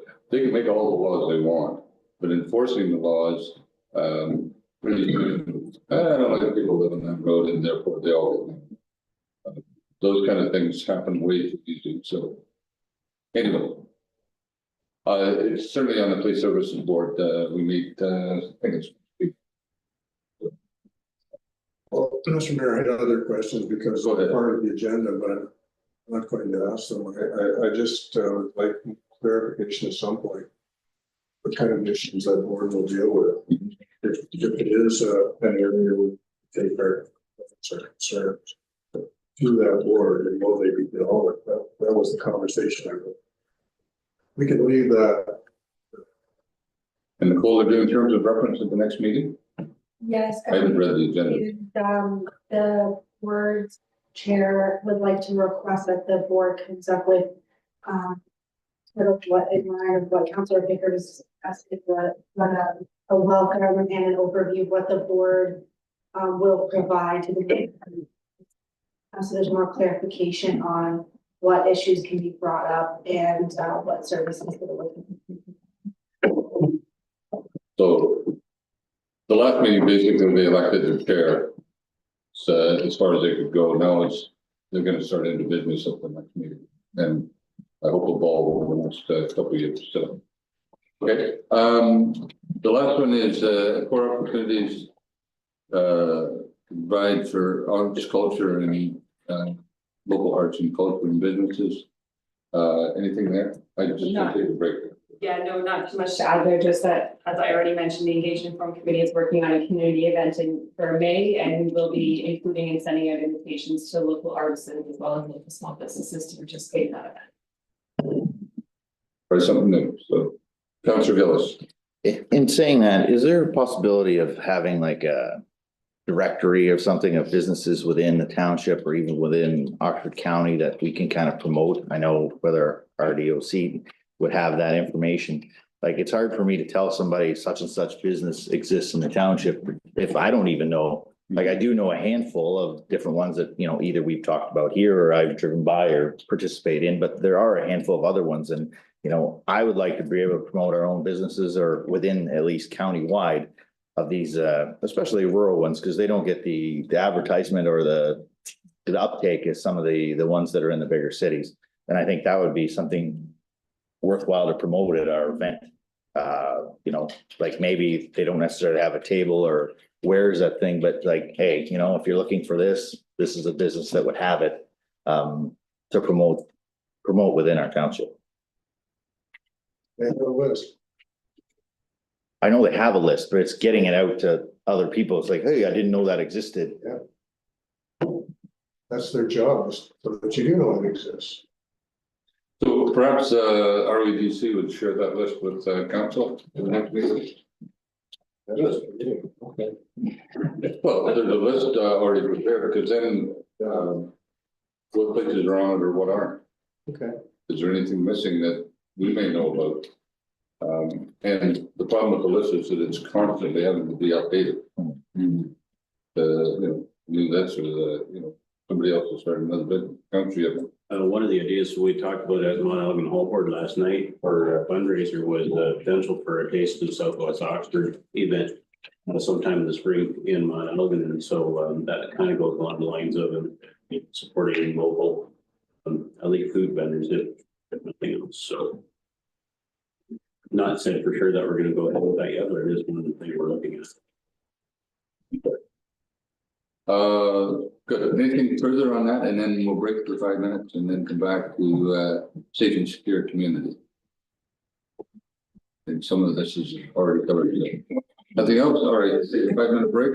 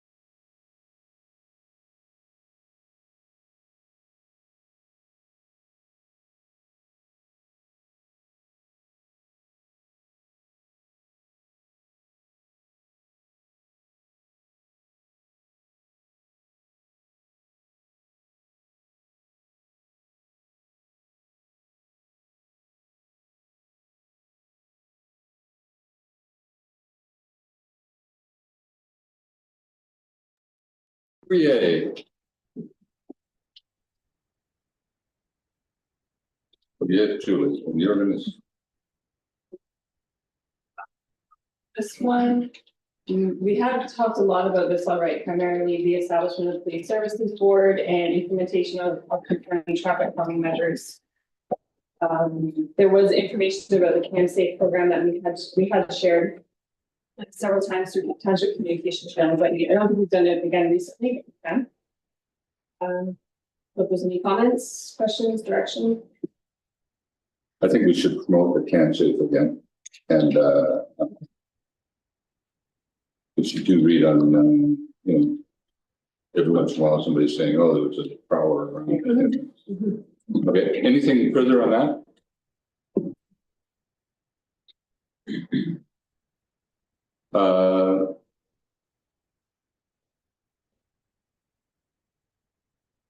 Investigating innovative ideas around housing. I would say that the housing committee is working on that. Yeah, we discussed a lot of the updates that I have in here already on this, but if there's anything else. So other thoughts or ideas?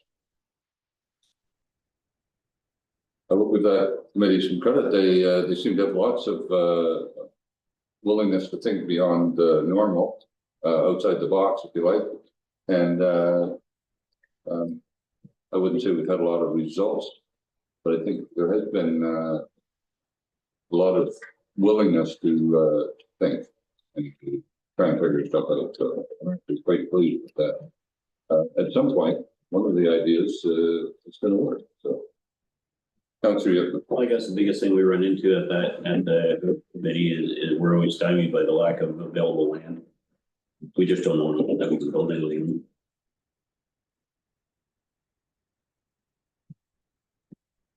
and that wasn't put in the budget, so the housing committee might want to look at that. Okay.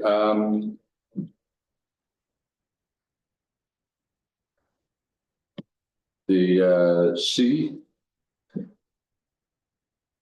is again back to traffic and Yeah, looking at, Councillor Perry. I'd like to add a line in here about looking into traffic calming measures for our own roads where necessary. And let's put Adam to work. I already know. You already know? I already know what it is. Okay, well then, should be something. Okay, so that in, don't hear any pushback. One of the things, interesting enough, in Verschoyle, they put the delineators up, and I think they actually work. People don't knock them off, but one of the things that you notice going through Verschoyle on a regular basis, and I don't go through there once a week or whatever, but when you get in front of a certain business there that seems to have done very well, there's now traffic parked on both sides of the road. And you notice people slow down. So it's, are they slowing down to see what the heck's going on? Or are they slowing down because the road is now narrow? And there's this kind of, and narrowing a road has that effect. And I think it's interesting that it's kind of a free traffic calming measure in the middle of Verschoyle due to a business just being successful. And so you kind of, that road narrowing aspect has always been in my mind, probably a relatively cheap way of getting people to slow down. Councillor, you have anything you want to say? Oh, those road delineators, the center markers on there, they were down as much as they were up this past year. I found that, you know, they'd be up for a couple of weeks and then they're gone, and then they're up for a couple of weeks and then they're gone. I don't think they're very cost effective because I think people target them. And I wonder if we need to be looking at more long-term measures in order to shrink the road in some places, not just counting on particular businesses doing well, but, you know, actually narrowing up from the shoulders of the road so that the center of the road is still travelable by large scale equipment if necessary, but that the road is actually narrowed in a few spots in villages like Verschoyle. So the delineator problem, particularly at the beginning, I think it solved that, depending on who did it. And I think OPP took care of that problem. I think it's a case of it's always a perception, do they work or not? And I actually think they work when they're there. Because I think people do know, run into stuff, most people, some people I think deliberately. Anyways. But I think it's a case of, we need to say, what are they effective? And that's something I think the county is doing. So, it's gonna make a note of that too. Have to go. In saying that, like, I know they have them in Beachville and they take them out for the winter.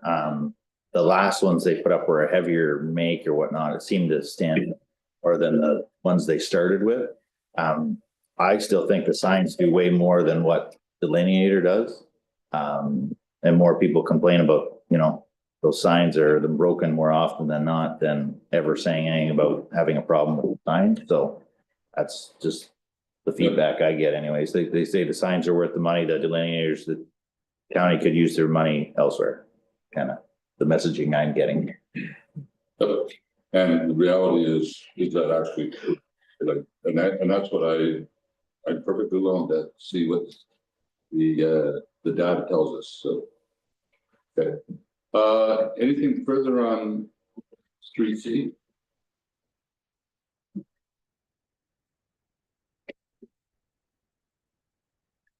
Go ahead, Councilor Gillis. Well, just a comment on the narrowing of roads. I've seen different townships do different things with the joy of traveling around the province for hockey with someone. That, you know, different roads, like whether they narrow it in and have a curb and then a separate parking up and over actually makes the road look narrower compared to having a wider street with painted line and cars on each side. So I think it comes into, you know, road design and whatnot of how it's perceived, I guess, as you go through the villages. So I think that's something to keep in mind, whether it be our streets or the county moving forward when they redo different roads, how they should go about it.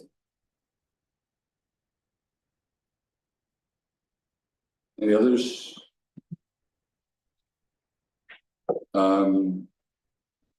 Bike lanes are on that. D. Julie, anything you want to add there? No, just noting that the township's asset management plan was approved in 2024. Progress of reserve accounts were reported through the 2025 budget process. 2024 road construction projects were completed. I don't have an update yet for 2025 projects. Well. Bike lane. Okay. Any questions on that? Go ahead, Councilor Gillis. Just a thought, I know we've talked about different roads and whatnot and possibly paving another road like this. I think we should make, you know, road staff aware of whether council wants to pursue that somewhere or change the road from gravel to pavement in the future. I don't know whether council has an appetite for the cost, but I think it's something we need to look at. Should we be doing, say, one road every 5 years or something like that? Should that be our plan? And whether, you know, the asset management plan or whether roads would recommend a road that should be done or could be done. I think that's something we need to think about. Any other comments? So part of the challenge is the asset management plan is that we have. And so when we add a new one, on the other hand, they also have to keep up gravel roads. And I take it gravel roads are still a little cheaper than paved. Yeah, there's no capital cost to gravel, just maintenance, where a paved road has capital cost. It's always cheaper to maintain a gravel road. Just for that. Now, there is roads in the capital forecast to convert the 10-year.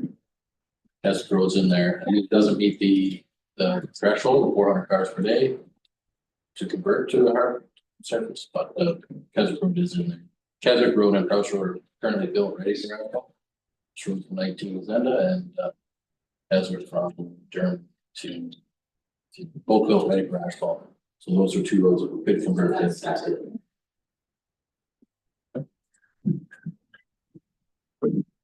Anything else on that? Next one, D is consistently maintaining. Do anything? Oh no, that's the one we just did. Sorry. Now for the new fire chief, enhanced fire and emergency services with public education and awareness campaigns. Julie, anything new? No, so the updates that I've included in here just as of year end 2024 discussed with Paul. So the council approved the fire services organizational chart to include public fire and life safety educator responsibilities, as well as public education opportunities. Community risk assessment was completed in 2024. The purchase of the new Hearst extrication tools for all stations was completed in 2024. There was some funding received from the subs for funding to replace some of the aged airbag lifting kits. There is another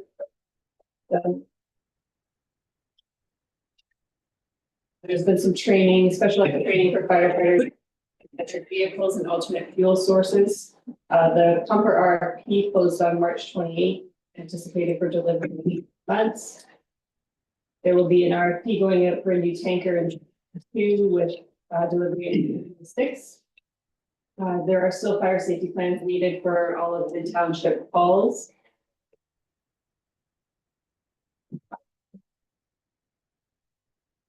And then there was the development of a fire master plan. So the fire services strategic plan, however, it is in need of an update. And so Paul had suggested at the time that we look at a fire master plan budget.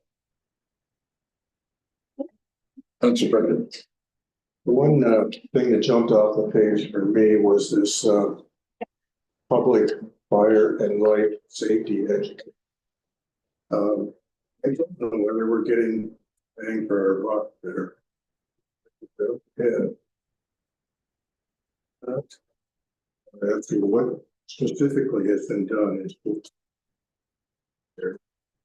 So we do get information from Troy, I believe, usually on a monthly basis for some of life safety messages that we put in our the voice and the SWAPS talks, as well as our newsletter that we do.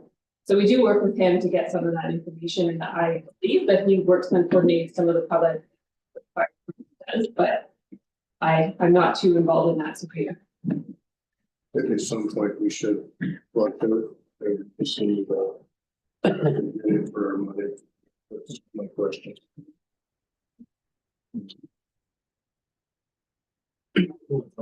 Yeah, Julie, has the fire safety plan been completed in full and soul? It said will be completed in 2024. Is it done or not? no. No, okay. So it'll be on the agenda for 2025. I think it was hoped that staff could work with them to help develop the plan, but staff can't actually develop the plan itself. Is that worse? We can't develop the plan, but it can be reviewed by us, but we can work with them and provide a template Okay. for what needs to be included in it. There was a plan developed under not the previous fire chief, but the one before that for Durham Center Hall too. And somehow that's gotten lost in translation then, because I know that came back for 2 or 3 revisions and was supposed to be submitted quite some time ago. Like That was back with- 3 or 4 years ago. Okay. I know our treasurer at the time did a fair amount of work on that and ended up taking back for revision after meeting with the current fire chief of the day. And Okay. nothing's come of that then. Follow up on that. So on the same line on the museum, I know it was submitted and whatnot, but I don't know if it was ever accepted or whether it was final.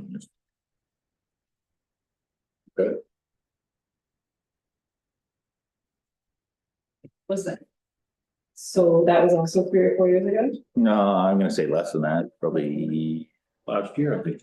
We talked to Shirley last. We talked about it multiple times, but I never heard that it accepted or Maybe hasn't been accepted yet. I don't know. Yeah. We'll ask. New fire chief Shane's looking for stuff to do. Yeah. So get those plans in and get them in early, get them in often.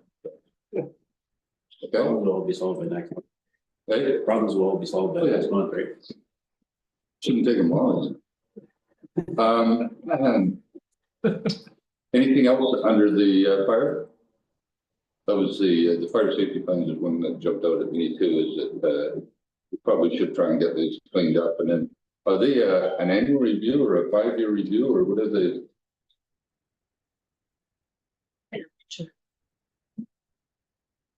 Okay. You would think once you had it established, it would be fairly easy, things would change that much, so. Okay.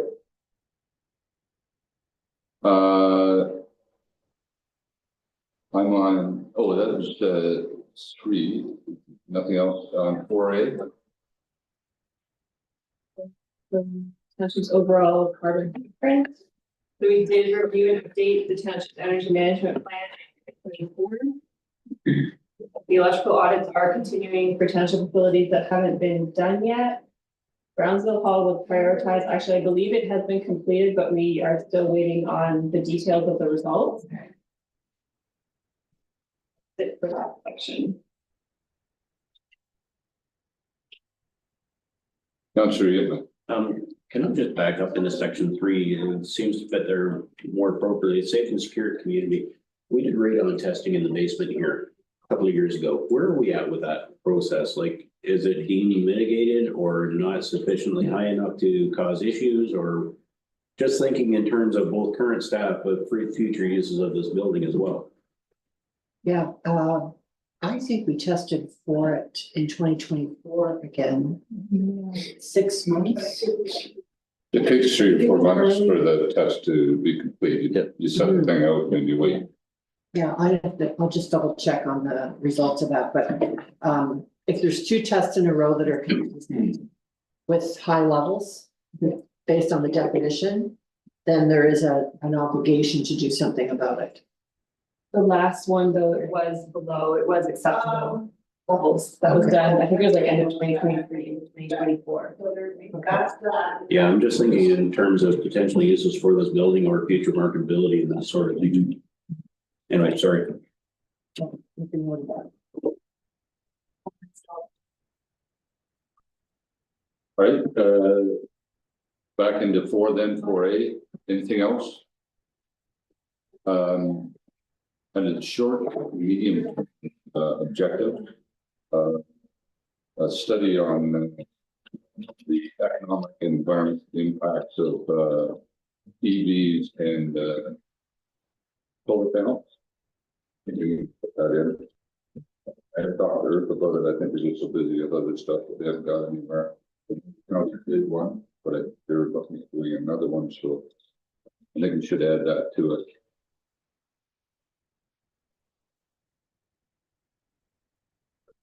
Long-term impact. So anyways, okay. B. Section of farmland, tree canopy. Anything you want to add to that? No, in 2024, under this, we really just focused on sharing tree planting opportunities that are available annually to conservation authorities, and we will do the same in 2025. It usually comes in spring. And then the Engaging Informed Committee is planning another one of their annual Earth Day events to promote the diversion of materials from landfill to recycling, green cones, compost, etc. That's bigger. We should also promote trash and pollution. Which is Earth Day. So we're partnering with Reuse Palooza again. We've done that the last 3 years now. Yep. Okay. Just did 6. And I think they're already planning on it as well. Yeah. So it's Sweetbird, right? Yeah. Okay. Sweetbird last weekend in April or second last weekend of April. Well, I have to double check. And I think it's the second last weekend in April in Sweetbird. anyway, Yes. 27. Okay. April? April 20th, Thank you. yeah. April 25th. Okay. Under the long-term plan, the encourage restoration of local gravel pits. And Adam, how's that coming along? Have you set up a meeting with I've us? reached out to the owners to the least several times. I don't know, they just must be busy, they don't find any dates that they want to meet on the same. I can make a note of it and call Chittix. The other owner there now. The Dennis? Yes, David is. Not Dave Dennis. So, Grant. Yeah. Grant, man. Yeah. Blythe. Yeah. Great, Grant, man. Yeah. It'll be Scott. I think it's Grant, yeah. The sun's in. The sun's running. Yeah, that's Scott, thank you. If we can sweeten the deal, tell them I'll bring them a company, Right. maybe even a donut. Okay. Let's see, So collaborating with municipal partners to educate residents, environmental sustainability programs, waste reduction, diversion, community management. So we really haven't done too much work on this regard, except through our annual Earth Day event, as well as sharing any tree planting opportunities through local conservation authorities. Which is something we could try to focus more on, particularly the available grant opportunities, we can help share information on. maybe we just chuck this one into the Environment and Energy Committee's agenda and let them chew on it for a while. That would be more than a short term. Okay. D, for Fox Communities for and services. The climate change impacts and extreme weather conditions. So we did get some quotes for the installation of a generator at the Brownsville Community, to service the Brownsville Community Center and the fire hall. And we did apply for some funding for this. The application closed at the end of October, but we haven't received any information of whether or not we've successful yet at this point.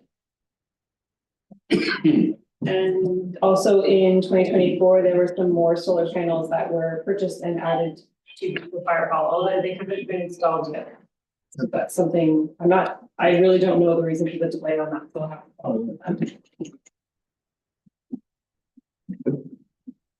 Dr. Booking. Yeah, the long-term one there, the upgrades for stormwater management systems, culverts and ditches. I think we've got 2 or 3 villages that have had significant water incidences the last couple of years. I know Beachville has, Delmer has, Brownsville has, where there's quite a lot of slope there, but we need these. There's a reluctance on the part of the citizens that are affected by it to push forward for a upgrade to stormwater systems through their villages, because they don't want to enrage their neighbors or impose a settlement on a tiling system that was outletted in the wrong place. So I don't know whether it's going to be up to the township to have studies done by Spree or any of the other engineering companies to see what we can do to mitigate those problems. So I know, Adam, you and Daniel have had quite a few talks over Delmer, and I've had input into it as well. But as soon as they see, if they request the study and then nothing happens to it, then the cost of the study goes back onto that person that instigated it. So I think that's kind of, as soon as they saw that, it was boom, stop. So we might have to, the township may have to instigate it. So. Do you want me to speak to that, Paul? Do you want me to speak to Delmer, is that? Yeah, you can speak on Yeah. Delmer. So that one there is, there's a water problem in Delmer, comes off, obviously, runoff from area properties, runs into road ditch and then through the road ditch through Delmer, and it can't handle the water. So essentially it's not a roads issue, it's more drainage. Problem, as soon as someone signs the petition, they pay the engineer. So the people in the village want the township to sign the petition, different section, essentially it's forced then. In this council, so that's an avenue that we could go to. I know there's a lot of push right now from residents to do something there, so it's just, you know, who's gonna pay for it. Essentially, it's not roads, water, it's not township water that comes down through there, it's adjacent landowners. So yeah, that's where we're at with that one. It was identified in a roads need study too, that something needs to be done in Delmer. Or that. Yeah, and it is, every time this happens, it's costing the township money because they've had to replace driveways and gravel down the sides of the roads, and there's even, an accident waiting to happen because the water starts crossing the road in large amounts. So, but there is a possible municipal on the other side that could be enlarged and so a lot of this water diverted, so it goes around the village, but the engineer could tell you better than that, us from just observation. Councilor Gillis. So if it was highlighted in the road needs study, should this be something that council acts upon to have roads pursue? I just think, our assets and, if the water's coming into our roads drainage system, it is kind of our responsibility to take care of, like, maybe it's not necessarily our water, Right. but we can initiate the process. And I wonder whether we should just take that initiative, like, if the complaints are that high enough and it's causing strain on our infrastructure, whether we should just make it happen. If that's is that the only one situation that was brought up? That's the only one that was identified in the roads needs. Okay, so that's, Brownsville is a problem too, but most of it is county problem because of the way the road is and the stormwater system there, so. Now, is this something that we could have Daniel sign a petition? Again, that doesn't require 50% of the landowners to do it once the municipality signs petition. So maybe the question would be, does the road superintendent and the drainage superintendent both agree that this needs to be done? And if it does, then they just bring a petition forward into discussion. Because I think that's how you, regardless, and I appreciate the fact that the local residents are going to pay for it, like a chunk of it. If it needs to be done, it needs to be done. Is there outlet once you get the water to the creek? That's something for the engineer to determine, but we feel there is. It would have to go to the west and cross over into the drain to the west. But it is possible. I mean, anything is possible. But I mean, if that's something that the council wants in, or I would look at, we can certainly sign a petition for the council. I think if roads and drainage are both agreed that we have a problem, we probably should fix the problem. I'll leave that to you and Daniel to debate and. And I'll throw my 2 cents worth in too, so. Well, don't worry, when we're done, yours will be more than 2 cents. I know. Talk to my wife. Anything else under, I think with 4D?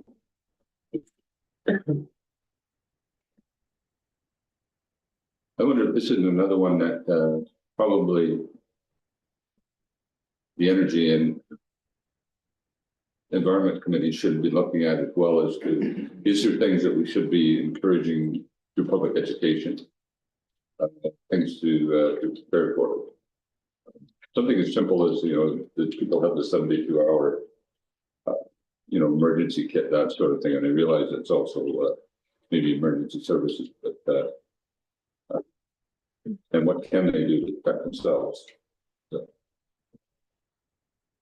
E, expand access. I think we already had a report from Adam saying maybe not on full load roads.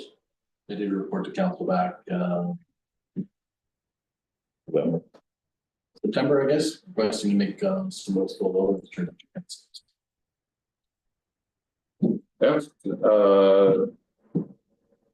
aging building or structures in disrepair. Do we have any? The only one that we had that was not in use, we sold in Beachville.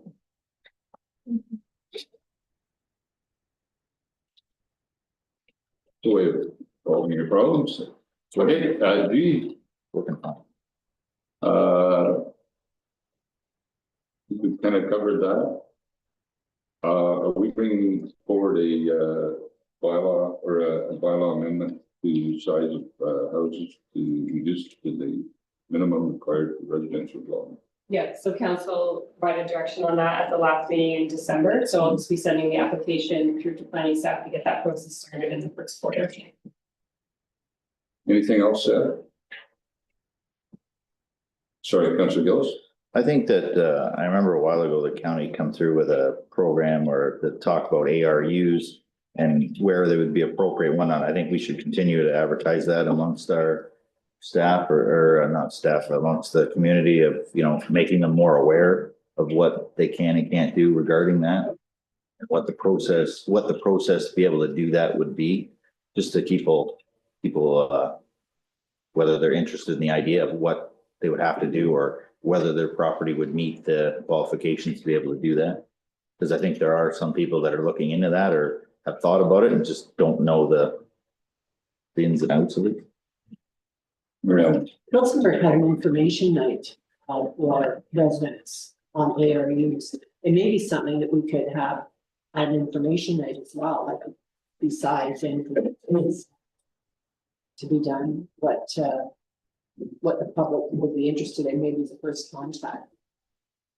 Councilor Christian? Thank you. Perhaps we could change the name for the event that we're having in Mount Elgin with the Engage and Inform Committee and incorporate that in with what we're doing there at the community. So we're promoting businesses, we're promoting arts, we're promote that suggestion too. Have a table or two there with people to talk about. So I'd be interested to Tillsonburg televise their meeting. I'd have to check with Gino. I'd be interested to sort of see what they actually did. Yeah. Because, you know, we have a history of, several Stratfords of, promoting more affordable housing through granny flats, gardens. And, you know, we were on the road to ARUs with the province, so I would suggest you may want to do this as a standalone. Okay. And, but I'd be interested if Tillsonburg had those, you can send a link, I think, watch, I'd be curious to see what they actually did. And, how could we, adapt it for, because we're gonna put it in different conditions, right? Because, sort of villages. I think it's a good idea. Which one were you putting that under? F, G, E, I thought. E? G. G, okay, thank you. That brings us to H then. Anything else under G? H? I don't have much of an update here. We don't currently have any land first purchase or purpose, not funded. But I do understand that our EDC maintains the land inventory for all areas within the county. Okay. I'm under 5, then 5A. Okay, so provide accessible, responsible, accountable services that meets all the needs of SWATs. So the only update I have is just that we are working on planning for a new municipal office. And accessibility will be taken into consideration, and we're working through that design. Anything further on that? Come back to that in a few minutes.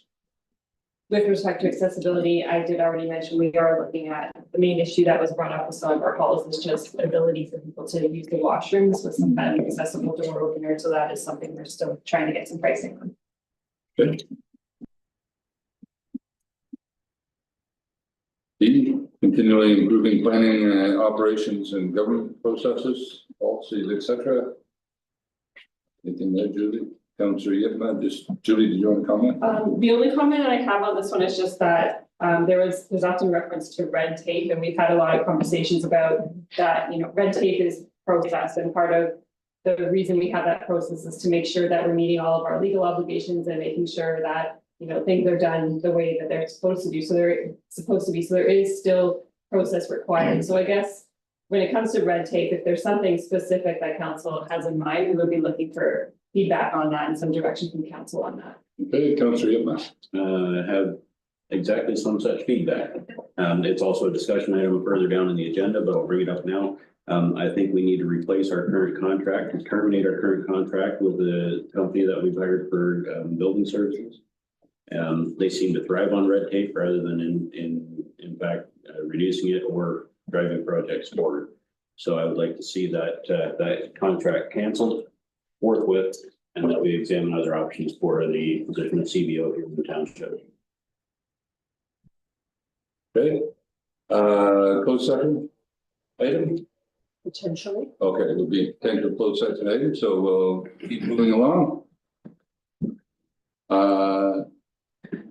Anything further under that, under processes? Councillor Gillis. Well, I think a comment that, come up in the last couple of years is the process. It's not necessarily red tape. It's percent the process of people don't understand every step that they need to go through, basically, whether they're building a home or whether they're changing a business use, like, between your zoning and your building permit, and whatever. I think it's, whether it's a flow chart or what exactly it is, to make sure that people know exactly the steps or process they're going through. That way they don't get the sudden surprise later. I think that's the concern that I have, that we did our due diligence of telling them exactly what's going to happen. Now, obviously, projects change, which can lead to some frustration. But at least give them the guide that they're going to know that, on a, say, for a residential build, this is the process, this is the inspections you need to do, yada, yada, yada. So it's kind of out in front of them at the beginning. And I think staff, for the most part, do a really good job of that. It's just making sure that happens every time. Okay, Councillor White. I think this would fall under the continuing our operations. We've had a lot of comments on people trying to watch our council meetings live, that the sound is terrible. And sometimes the pictures, they can't change the picture at all. It's always the same picture, but the sound is the biggest complaint that I get. It's inconsistently good. Go ahead. I have talked with some other municipalities about this. I mean, I think we really do need a wired system that's in place all the time. That's part of the challenge. I think when we're using microphones, we still have the issue of, people have to speak right into them for the system to pick it up. But I think we need to look at spending some money to have a system properly installed. Councillor Gillis and Councillor Briston. I'll just comment on that because I did have that written down. I did hear from people that it's the sound quality. They don't, it's not that they don't care. The picture is the picture, but like, I know there are people that, put their headphones in and will play the meeting later. If there was something that they wanted to listen to or want to hear, they can carry on with their daily life, and at least we'll know what's going on within the municipality. I think that's great that people are actually taking the time to try and hear what's going on or know what's going on. And these are, per se, engaged people, and we want to keep them that way. So I think that, we need working towards making it more of a usable experience, I guess. Okay, Councillor Gerson, Thank you, Mr. Chair. Along with what Councillor Gillis said, I was wondering, what would the cost, an estimate of the cost to have that line? Because it is difficult to do. I can work on getting pricing and bringing it forward to get tens of thousands of dollars. Tens of thousands of dollars. Okay, Councillor White. We had microphones when we were having our council meetings at Mount Elgin. Could they not be brought in and used? Yes, they're not wired though, they're wireless, and we have to make sure that we're talking right into them all the time. Okay. Yeah. Okay, Councillor Pickard. I would not like to see us go back to rules. For somebody that phones in or dials in for meetings, those microphones are terrible. It's gotta be a better system than that. Because the microphones are closed, wired, speak directly into them. It's awful. I've left meetings because there's just no point. As soon as, with those microphones, as soon as you turn your head, anything, the sound isn't picked up. Okay, Councillor Yipman. I was just gonna say that this may be an item that might be best put off until the new facilities are developed. Rather than spending a lot of money on a new facility that we're not going to be using long term. So I would argue that if you're gonna do it right. So I think we need to do something. The fact that, and I would agree with Councillor Gillis, the fact that people are actually paying attention, glory hallelujah. I'm glad to see that happen. So if we're gonna do it, we should probably try to do it right.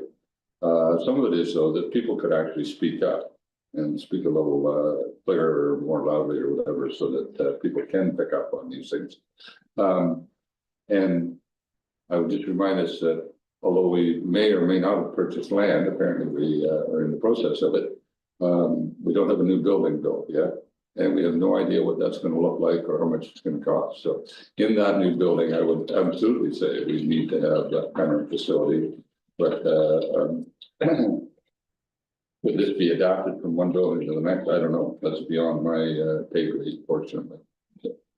Anyways, I will look into it okay. and bring a report back.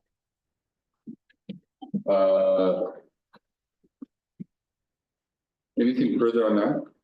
Seems to be some universal agreement that we should do better. C, accelerate efforts to adapt and build township infrastructure to meet evolving needs. Do anything there?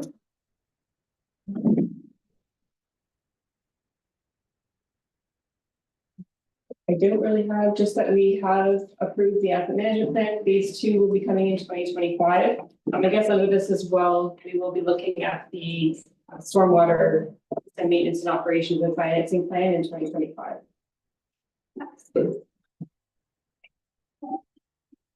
B, regulated back access and provide regular performance update from improvement action plan to council and the community. So this was one where we were going to look at timelines to bring applications forward, timelines for how long it takes to get a building permit issued, as well as timelines for follow-up on bylaw enforcement and planning complaints. I haven't done a report on this yet, but I can make this a priority for 2025. Okay. Anything else? Councillor Gillis, say. I think along that line, that would include closing out of building permits and how that progresses coming. All right. Councillor Pickard. Councillor Gillis just reminded me, that was one of my PBs. It's that in 2025, we have to get caught up on all those building permits and demolition permits that have not been closed. Especially the demolition, we're holding people's money, which should be refunded to. Right? Demolition permit. Is there any in specific? There's some where people have built a house. Is that what you mean? And then it's been demolished and then we return the deposit. We don't have a lot of those. We are behind in closing our building permits. Building permits, yes. And How are we going to deal with them so that it's caught? And it's not going to be 2025. no, it will not. It's not a chance that that's going to happen There's, in 2025, but I think what we need to do is we have a lot to discuss with building, to talk about, plan. So even if things were running tickety-boo, there'd be no way that we could close that many permits in 1 year. There are certainly low-hanging fruit we could take care of. So closing demolition permits, looking at any homes that have been occupied to make sure that those are closed off. So that we will be having that discussion. We'll bring a report back to council. Councillor, Along that line from previous commentary in previous meetings, I was of the understanding that there was a substantial amount of money being held in accounts right now that is to be refunded at some point. Right, so that would be the grading deposits on the properties where the buildings took place so there's, is that $1,500, Julie? Yeah. So when there's a building permit issued, there's a lot grading fee of $1,500 that's paid. And then that has to, both the work superintendent and the building PBO need to sign off that the conditions of grading have been met before that money goes back. That's the piece that we need to focus on, is getting those deposits paid back. anything further on that? Then I'm at 5E, all right? Yeah. Develop and manage the balanced and transparent budget process. Any comments? My only notes are just that we are continuing to work with Oxford County on the budget survey annually. That was complete in 2024, going into 2025. And looking at the township procurement policy in 2025. Any questions on that? I think there's clear direction over the last 2 years that we want the budget done before the end of the year.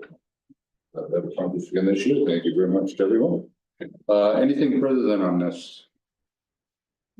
Councillor Yitman. Well, in terms of, balanced budget, it's in the eye of the beholder a lot of times, right? Like we look at our hall boards and so on, for instance, and there's a lot of requests for tax dollars to be put towards different initiatives at the halls and so on. Meanwhile, prior to finalizing our budget, I had discussions with one person that said, why aren't we closing all halls? They're a waste of money, right? So there's always competing demands for what is reasonable and what's affordable. And that's why you get elected. So, any other comments on the strategic planning review? Thank you, staff. I do realize it's 12 o'clock. So I suspect there's lunch downstairs. Before we go to lunch, let's do discussion items to get at least on the table. Since Councillor Pickard wants to leave. We can spend another few minutes on this. So, we're starting this. You want me to? Okay. I think we do need to, a couple of things. First of all, make some decisions. A, are we building? B, what are we building? C, then would be when are we building? And D, then how are we paying for building? So there seems to be acceptance with the purchase of land, recognition that it's probably time for a new administrative office. And I guess maybe we should take these things one at a time. And then trying to work our way through it so that staff have a clear sense of what they're supposed to be working on or not. So let's start with that. Any comments on moving forward with exploring the new or potentially new administrative office? Councillor Wade. When Norwich built their new offices, how many years ago now? There was a lot of comments from residents that they weren't against the fact that they needed new facilities, but they thought a lot of money was spent on like a Taj Mahal type thing that you know what I mean? We need a basic building. We don't need to try and outdo what other municipalities have done around us. We need to figure out what we need and keep it simple and basic, keep the cost down. Because we're not trying to do something to compete with other municipalities. This is a must-need project, and we need to keep it within reason for cost-wise. So have you toured the Thetford? No, I haven't. So I would suggest you tour, because that's a building that was built, I would suggest, I don't think they cut corners. I just think they sort of said nothing fancy. The same as the one in Eastward, is it Eastward? It's a big building. Is it a big building? I haven't seen it. I haven't been by it. It's just the design is different. Okay. And their expectation for certain things were different. Okay. So, no Taj Mahal. You got that? Clear? You got it. Yep, clear. Councillor Pickard, And no wasted space. no wasted space. I toured both those buildings. And I just find the entrance-ways in particular are glamorous. It's wide open. I don't know that we need that. But that's just my opinion. It's like, especially these sort of Tavistock, you walk into this big area. That was my initial thought. And somewhat the same in Zora. There's a lot of open area when you first walk in. I don't know if we need it. Yeah, I would encourage everybody to take a tour of both of them and just Yeah. give yourself some ideas. It's worthwhile. is to see. And they'd be glad to show them to you. Show up. Yeah, we could organize a group wanted to get together, we could organize it. Country, I would go on the opposite end of Councillor Pickard's comments and say that whatever we do needs to serve us well for the next 25 years. So let's not build for the amount of people that we have here today, let's build for the people that we anticipate having here 25 years from now or 20 years from now. Because to me, this project is more about employee retention than anything else. We need to give people proper places to work, and if we don't do that, we're not going to have them for long.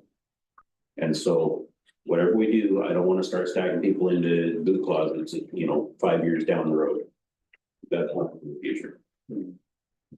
so I think I heard Councilor Pickard say no wasted space. You're saying, make sure you have adequate space. I don't see those as being necessarily contradictory. So, Councilor Gillis, you're next. Yeah, I'm along the same line, but also at the same token, I don't think I would support a municipal office standalone building. I think the advantage we would have if it was a multifaceted building that could be able to do multi-purposes in the community, whether it be childcare or something else.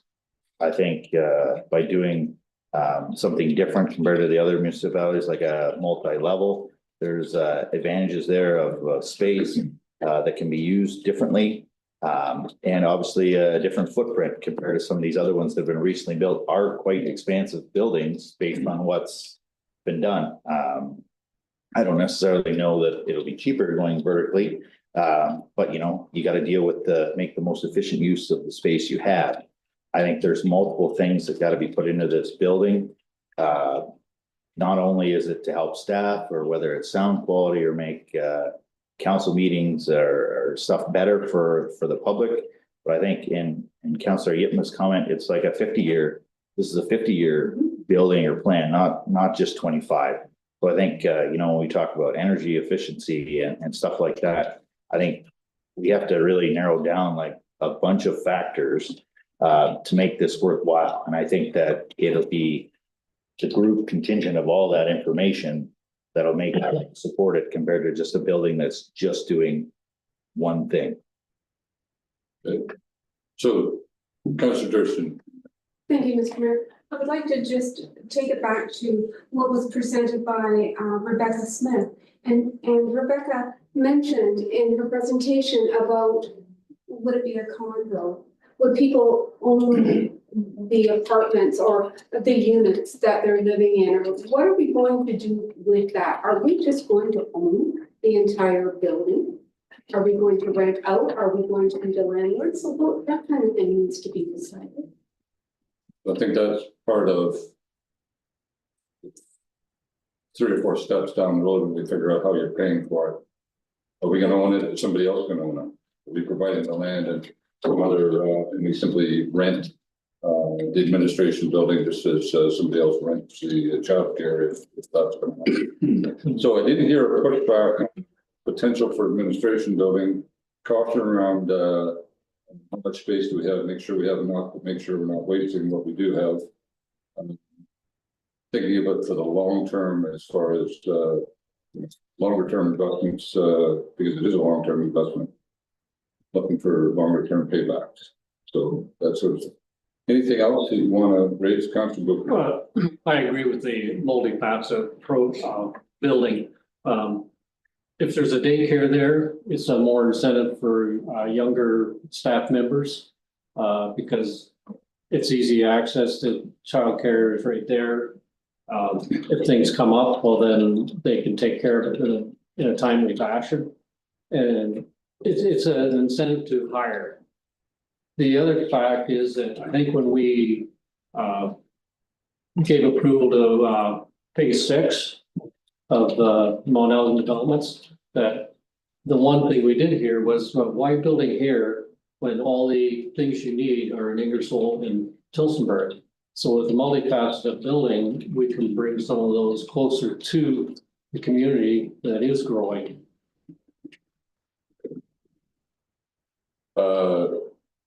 My only caveat around, and Zora has done this, has said, they have first, their staff has first use of, childcare. My only caveat would be, I don't want to see any of our staff deliberately, having more children just because. A daycare or a daycare, just one of them. Anyways, okay, not that I have anything against staff, go ahead. It's not because we have daycare. All right. So, I don't see pushback that the second question then became the, what are you building? And I've heard a couple of people saying childcare. Is there any pushback on that? No, Councilor Yetman? I think the lay of the land on the plot that we are purchasing lends itself well to having those two mixed uses. I'm a little more hesitant, you and I have talked about this privately before, about the idea of residential on a potential third floor of the building. Something about that just does not sit right with me, and I can't put my finger on it, but it just doesn't feel right. I think library would be another good option for that building as well. Okay. Again, we're not designing or defining what the design would look like. It's just simply at a very high level.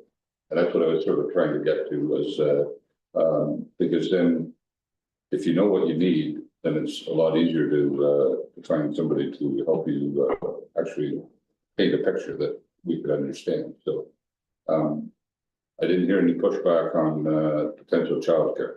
The only concern I have about that is I kind of thought it would help to cover some of the expenses of the build.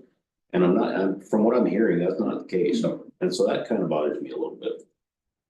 I think you're gonna have to consider childcare, another service provided by government, whether it be local, municipal, or whatever. And the operation part may be covered by other levels. I think we what Rory does. 56. There's a built, it's under 60. So it's built in, COLA, et cetera.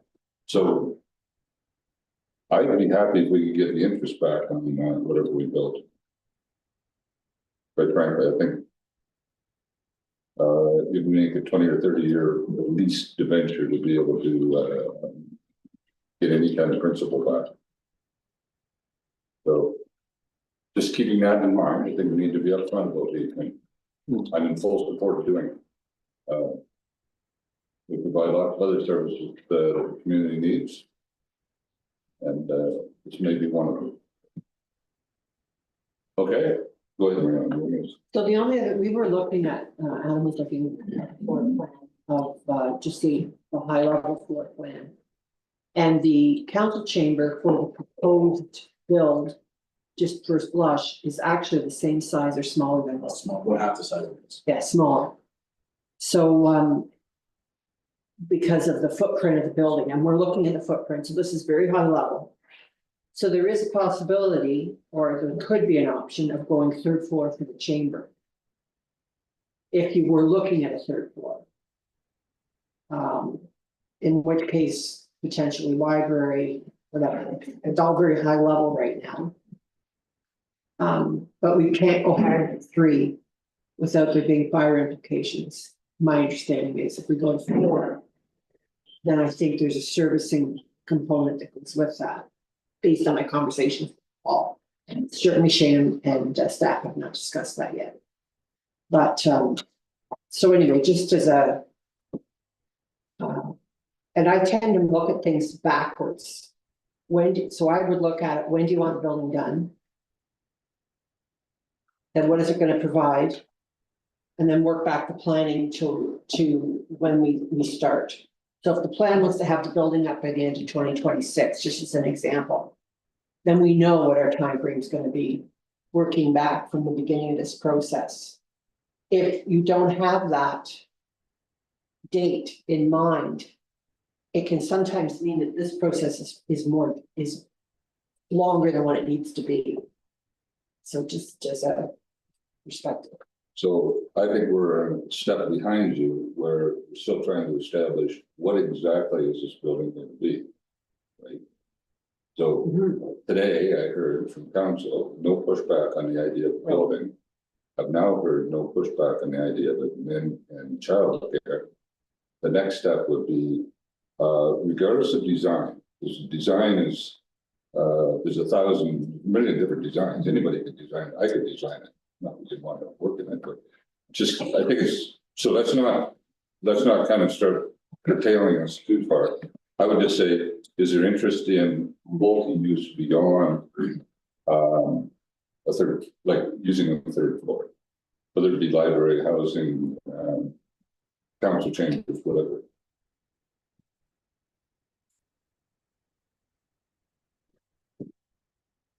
Go ahead, councilor. Ariel's comment about council chambers has taken me off guard here. You say it would be very small, so there's no way around Oh, it. wait a minute. We don't know that. Oh, We have a preliminary drawing. That does not mean that's the final drawing. so And it have to. can be any size we want it to be, the same as any of the rest of this building. So I want to be careful that we don't kind of get, yeah, we had somebody draw a building to say, yes, it would fit on that property. We didn't have somebody say, this is what you actually want in the building. Go ahead. But we know, or I think we know, that we're looking at 88 spot daycare. Correct? So. Okay. So this is, Square feet. right, so this is the size, if we're, okay, so this is, okay, we may maybe look at this differently, but if it's 88 daycare spots, this is the size of the build of the space we need. If we're going up, the footprint repeats, same number of square, this is how I'm looking at it. Same number of square feet on each floor. So do we use the daycare as the decision on first floor as to how big the building should be? Or do we not make that the deciding factor? So I guess that would be the first question. No, I think the first question is, what are we building? So, Councilor Yepney, you wanted to say, To me, the daycare, the childcare is secondary to the principal use of the building, which is municipal offices. We build what we need on our floor, and that dictates the size of the daycare above it. except we can't build smaller than what would be required to get the 88 spaces. Otherwise, it's not going to be used. So the minimum size we can build is the 88 spaces, right? How much bigger, to your point, then how much bigger do we need? What's the magical thing about the 88 spaces?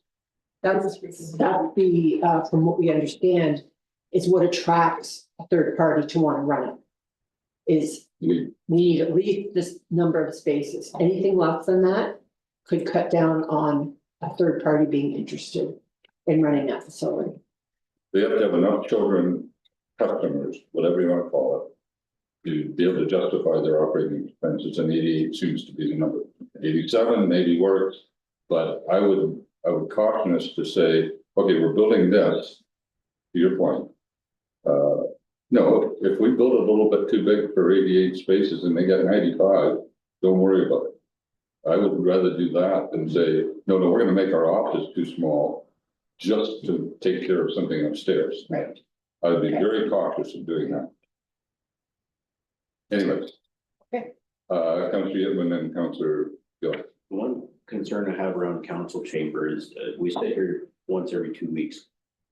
Right? Is there a way that it, regardless whether it's on the first floor, third floor, whatever, is there a way we can make it a multi-use? I think that's something that we should be looking at, is to, don't want it so that we have to move things. But we want things fixed. As far as furniture and that type of thing.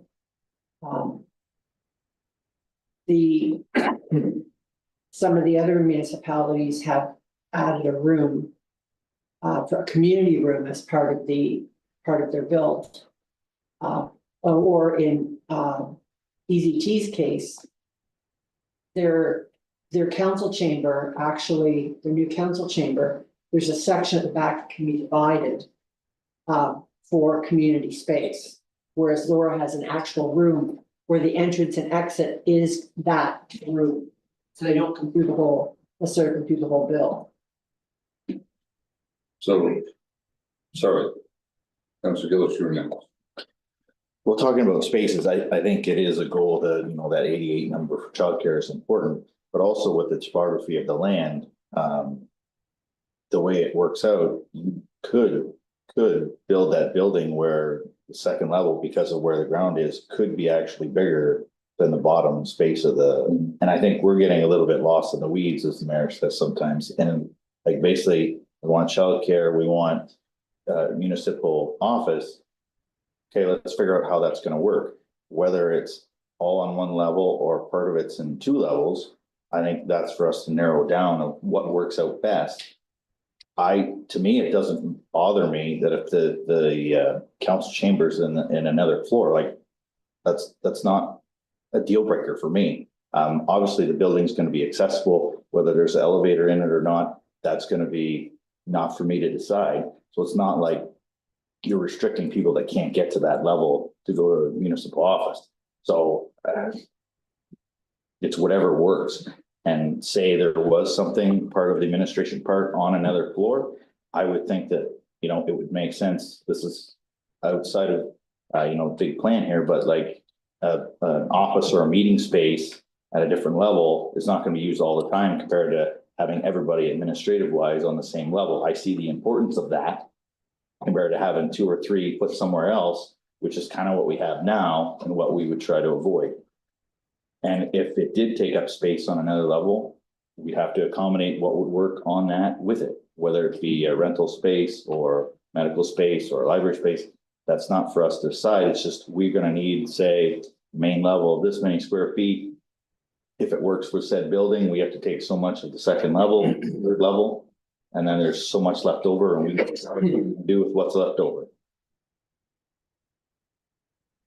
Councilor Pickard, I think you were next. Well, I just see so many options here. I just don't know where we're headed. So the childcare spaces should not be a defining factor. That would be our minimum. I don't know what the maximum. So that we can have a council chamber on the first level. So that question has to be answered. I do like what they did. My second comment is the East Sort of Tavistock example really worked well for them. Because they have a meeting room that close off the council chamber with a curtain, and they have a meeting room like that. It's not very private. And one of the issues they've run into, and it's if the Lions Club or whatever wants to use it, that somebody has to come down and open it up. So you're kind of into a problem there. But it is a good idea. They say it does get, if they want to have a meeting, it makes a great meeting. It's not right. The acoustics aren't good, Julie. The acoustics are horrible. Terrible. I was just gonna mention from seeing the preliminary designs, I think one of the things we really need direction on is housing going to be included or not, because that really impacts the amount of parking that we need and what we have on that parcel for the footprint of the property. And so if we know whether that's going to be included or not, it gives us more flexibility to work in things like a community room, library, council chambers, our office and the. So you've now brought forward the next one. Any interest other than childcare and men, regardless of how that works out, in library or housing? Go ahead, Scott. I have an interest in being a library. I would agree. I agree with that, and I don't like the idea of having apartments above. Good. Ties up the elevators, all kinds of management issues, so they have to be run by an outside party, a building manager or something like that. There are some disadvantages for parking. The front doors have to be kept open 24/7. The elevators are out to tie up. There's garbage collection issues there too. I have the experience of having worked in a building where the apartments above and houses below. And, waiting for elevators. Is an issue. Parking is an issue. So, from my point of view, in my opinion, I don't want to see a residential in the center. Okay. Other comments? I would just comment on, the garbage you have to pick up for residential is gonna be the same as the garbage you gotta pick up for institutional, because it's already a commercial building. So, that problem is somewhat muted, right? Parking, I would say you could, have assigned parking and that solves that problem. They do in lots of condos. And, what was the other one? What the building open. Oh, elevator. So you have access to an elevator, only, right? You don't have access to the rest of the building. That's not hard to design. I'm not trying to argue against it. I'm just saying, every problem, there is a solution if you're willing to look for it. The idea of or the elevator always being in use would depend on how many units you have in the apartment. If you only got 4 or 6 units, I can't imagine it being that busy. But anyways, not trying to argue against it. Because I threw the idea out there. I'll throw it another dozen if you want. So I feel like Greg's idea of should we consider a medical center? If we're going to build a building anyway, what other uses in the community could be used? So, Just follow up, yeah, I would agree with them. Use that space for something else that's needed in the community. so you're now talking about the 3rd floor? Yeah. So what else is there a need that could be on that floor along with? What we have on the first and second, what would be a good? But like I said before, you have to answer my question about what our needs are. How many square feet we're gonna have, and we'll build the second. That'll determine what we need, because maybe our footprint will be so big that we can have the library and the childcare on the same floor. I don't know. Hoping not, but. Anyways, other comments? Councillor White. I think a library would be good in this facility because it's gonna be on the right side of the highway where the majority of the people are. And I think a library might be used more if it's on the west side of 19 highway. So I think a library is a good idea. And there is a minimum size we have to put in, like 2,200 square feet. 2,000 square feet is provincial guidelines. It's not a minimum. Oh, okay. They're just saying for a small library, 2,000 square feet. And then there's 400 or 500 square feet for activity room, but you can combine that into one. So most of the libraries in the county system are way under 2,000, except for the 3 or 4 big ones. Okay. But no, I think if we're going to do it, then for heaven's sakes, let's build it a reasonable size. But okay. So any other comments around housing? I'm not hearing a lot of acceptance. Go ahead, Greg. I'm not against it, it's just, it's gonna lead to more challenges, and as you said, there's ways to mitigate those, but obviously it'll take proper design and there'll be a cost associated with it.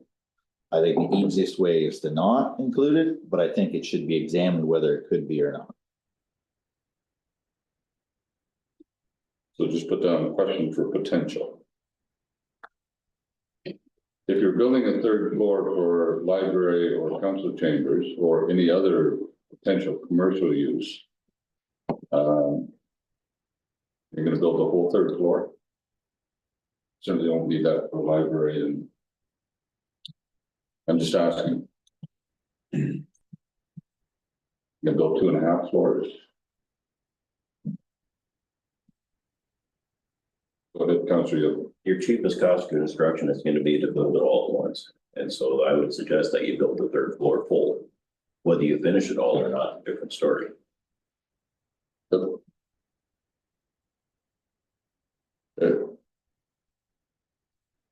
ahead, Marianne. I like the condo idea. But what she stated is have, like, even if the township owns it all, having those, and something we can look into, having it separated out. So if there is an opportunity moving forward, if the township bid on it, for potential revenue from selling the piece, the condo agreement would already, the condo process, things would already be in place. And then you can also assign, if someone is leasing a condo space, potentially you can assign costs for upkeep. I know we think about it more from a residential perspective, but I'd actually like to do a little bit of research on that on the side, like, this is more important, but just as an option moving forward. I found that very interesting. There was some merit in having a look at that. So my theory is that, first of all, I suspect we're gonna need the housing at some point, particularly for seniors.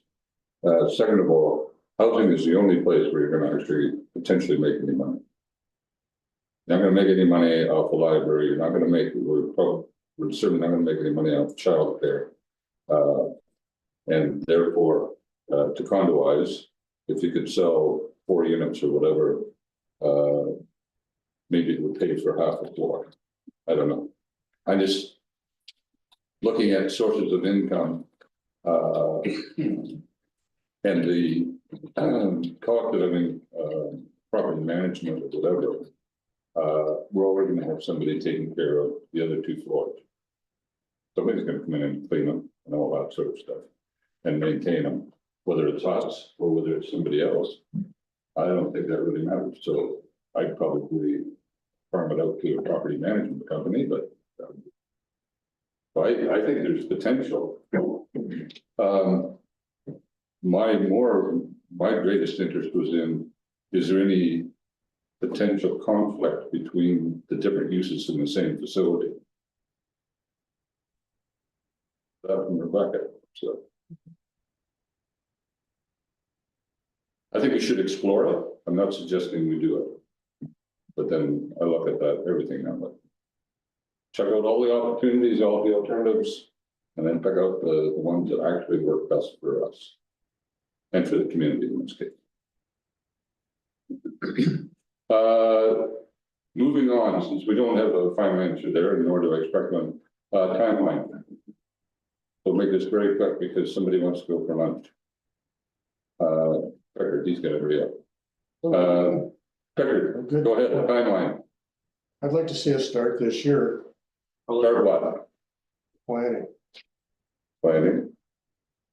I'd like to get a sound idea of what we're going to do. So that we're ready to send it to architect. So I don't think we have anything in the budget for that one. So that leaves us to 2026. $1 million something in working capital. So we have money in the budget. Reserves are there to be used, so 1.5 million, yeah. Okay, if it's that simple. No, I didn't say it was that simple. I didn't say the reality is if you want to do something, you should say to yourself, can we afford to do it? Yes, we can, because we put money aside for it. Any idea what design would cost? No idea at all. I'm guessing 300,000, 400,000, 500,000. Wouldn't surprise me if that was happening. So. Well, if the money was available, we should start this year. The only problem is 2026 would be a lame duck. Right? Not once you pass the budget. As long as you put it in the budget before the end of the year, you can keep moving forward. Okay. Sorry. Possible. Okay. Councillor Yitma. I don't know if it's physically possible to work on this timeline, but I would like to see finalized drawings by the end of this year. So that we're ready to put a shovel on the ground by spring of 2026. Reason being, we're looking at a new CAO at the end of this year. We're looking at a new council at the end of next year. We need to take ownership of this project prior to those 2 transitions happening. It's not fair to saddle incoming administration or the incoming council with a massive new project. We need to take ownership of this because we've been working on it with it for the longest. So I'd like to see if possible that we have shovels in the ground by next spring. Okay, Councillor Pickard, you wanted to add something? I'd like to hire a project manager. Contract basis. That would only work a few hours a week, so I'm talking about a retired person. Because our new CAO 2026 is gonna be very busy, learning the job, and have their hands full, staffing, blah, blah, blah. So why not get a project manager working on this for us? Well, with management, the budget for that in 2026. That would take a lot of the pressure off council. And would help us with our timelines, especially as this person. It's experience. Why are they gonna put project manager? Part of it is because the CEO is gonna have their hands full in 2026. I don't know that we need a new person dealing with all this.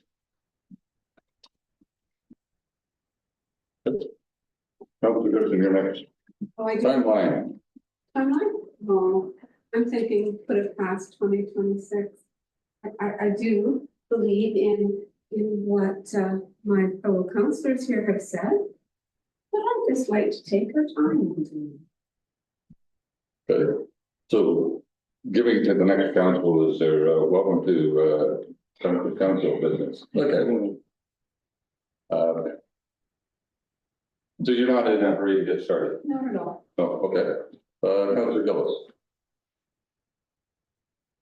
I'm not in a hurry, but at the same token, I understand the importance of if we're gonna do something, we should do it. And, you know, it's gonna take a long time to pay for, but the sooner it's done, the sooner it's gonna start paying itself back. So I do think us figuring out design, what's needed, the design, and having that all done and, you know, having a drawing done by the end of this year, I think that could be met. And then, you know, possibly be physically working on the project in 26. And Councillor Bergman. I agree with Councillor Yvonne. I think we need to take ownership of it. We need to get it moving. I also agree with Jim. I think the scope of this is beyond our capabilities. I know of one, my son works in construction of waste management projects, and council of Vancouver thought that they could do it themselves. The thing has bloomed from 50 million to $1.5 billion because of all the boondoggles. So if you want to get it done right, you need somebody that's knowledgeable. Okay. So in timeline, you're saying moving ahead, is that planning, design, what in 25? Same outline as Pete had. So you had final drawing by the end of 2025. Did I get written down? Okay. Councillor White. I would say final drawing or plans by the end of 2025. Start construction 2026 and finish by the spring of 2027. I don't think it's something we want to rush. We're spending a lot of money here. You know, time you get the plan done and you got to put it out for tender, and I would think June 1st, 2027, be up and running, functioning as a building.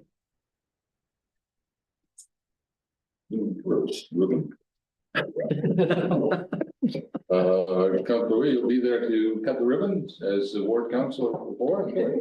Congratulations. Really? I have the same sense that I think, and I strongly believe you're elected to do a job, you do the job to the best of your ability, regardless of timing. And it will need to be done. Yes, it does need to be done. I'm more interested in getting the childcare done first than the administration of office, recognizing that they both need to be done. But I think that's almost a higher priority in my mind. And so I'm not sure that I will have final plan at the end of 2025. But certainly, I wouldn't mind seeing a shovel in the ground sometime in 26. Probably won't be done till the end of 27 in my mind, the way I would picture it. But, I think we need to move forward, and I think we need to be prepared to, use the reserves that we have.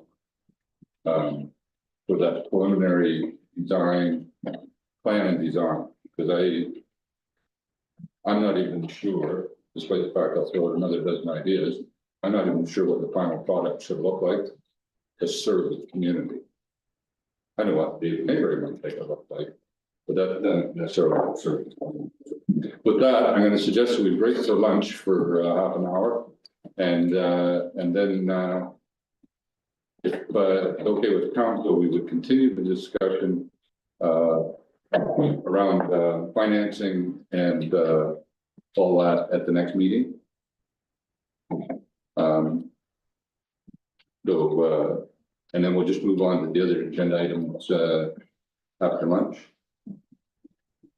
Is that reasonable? Yep.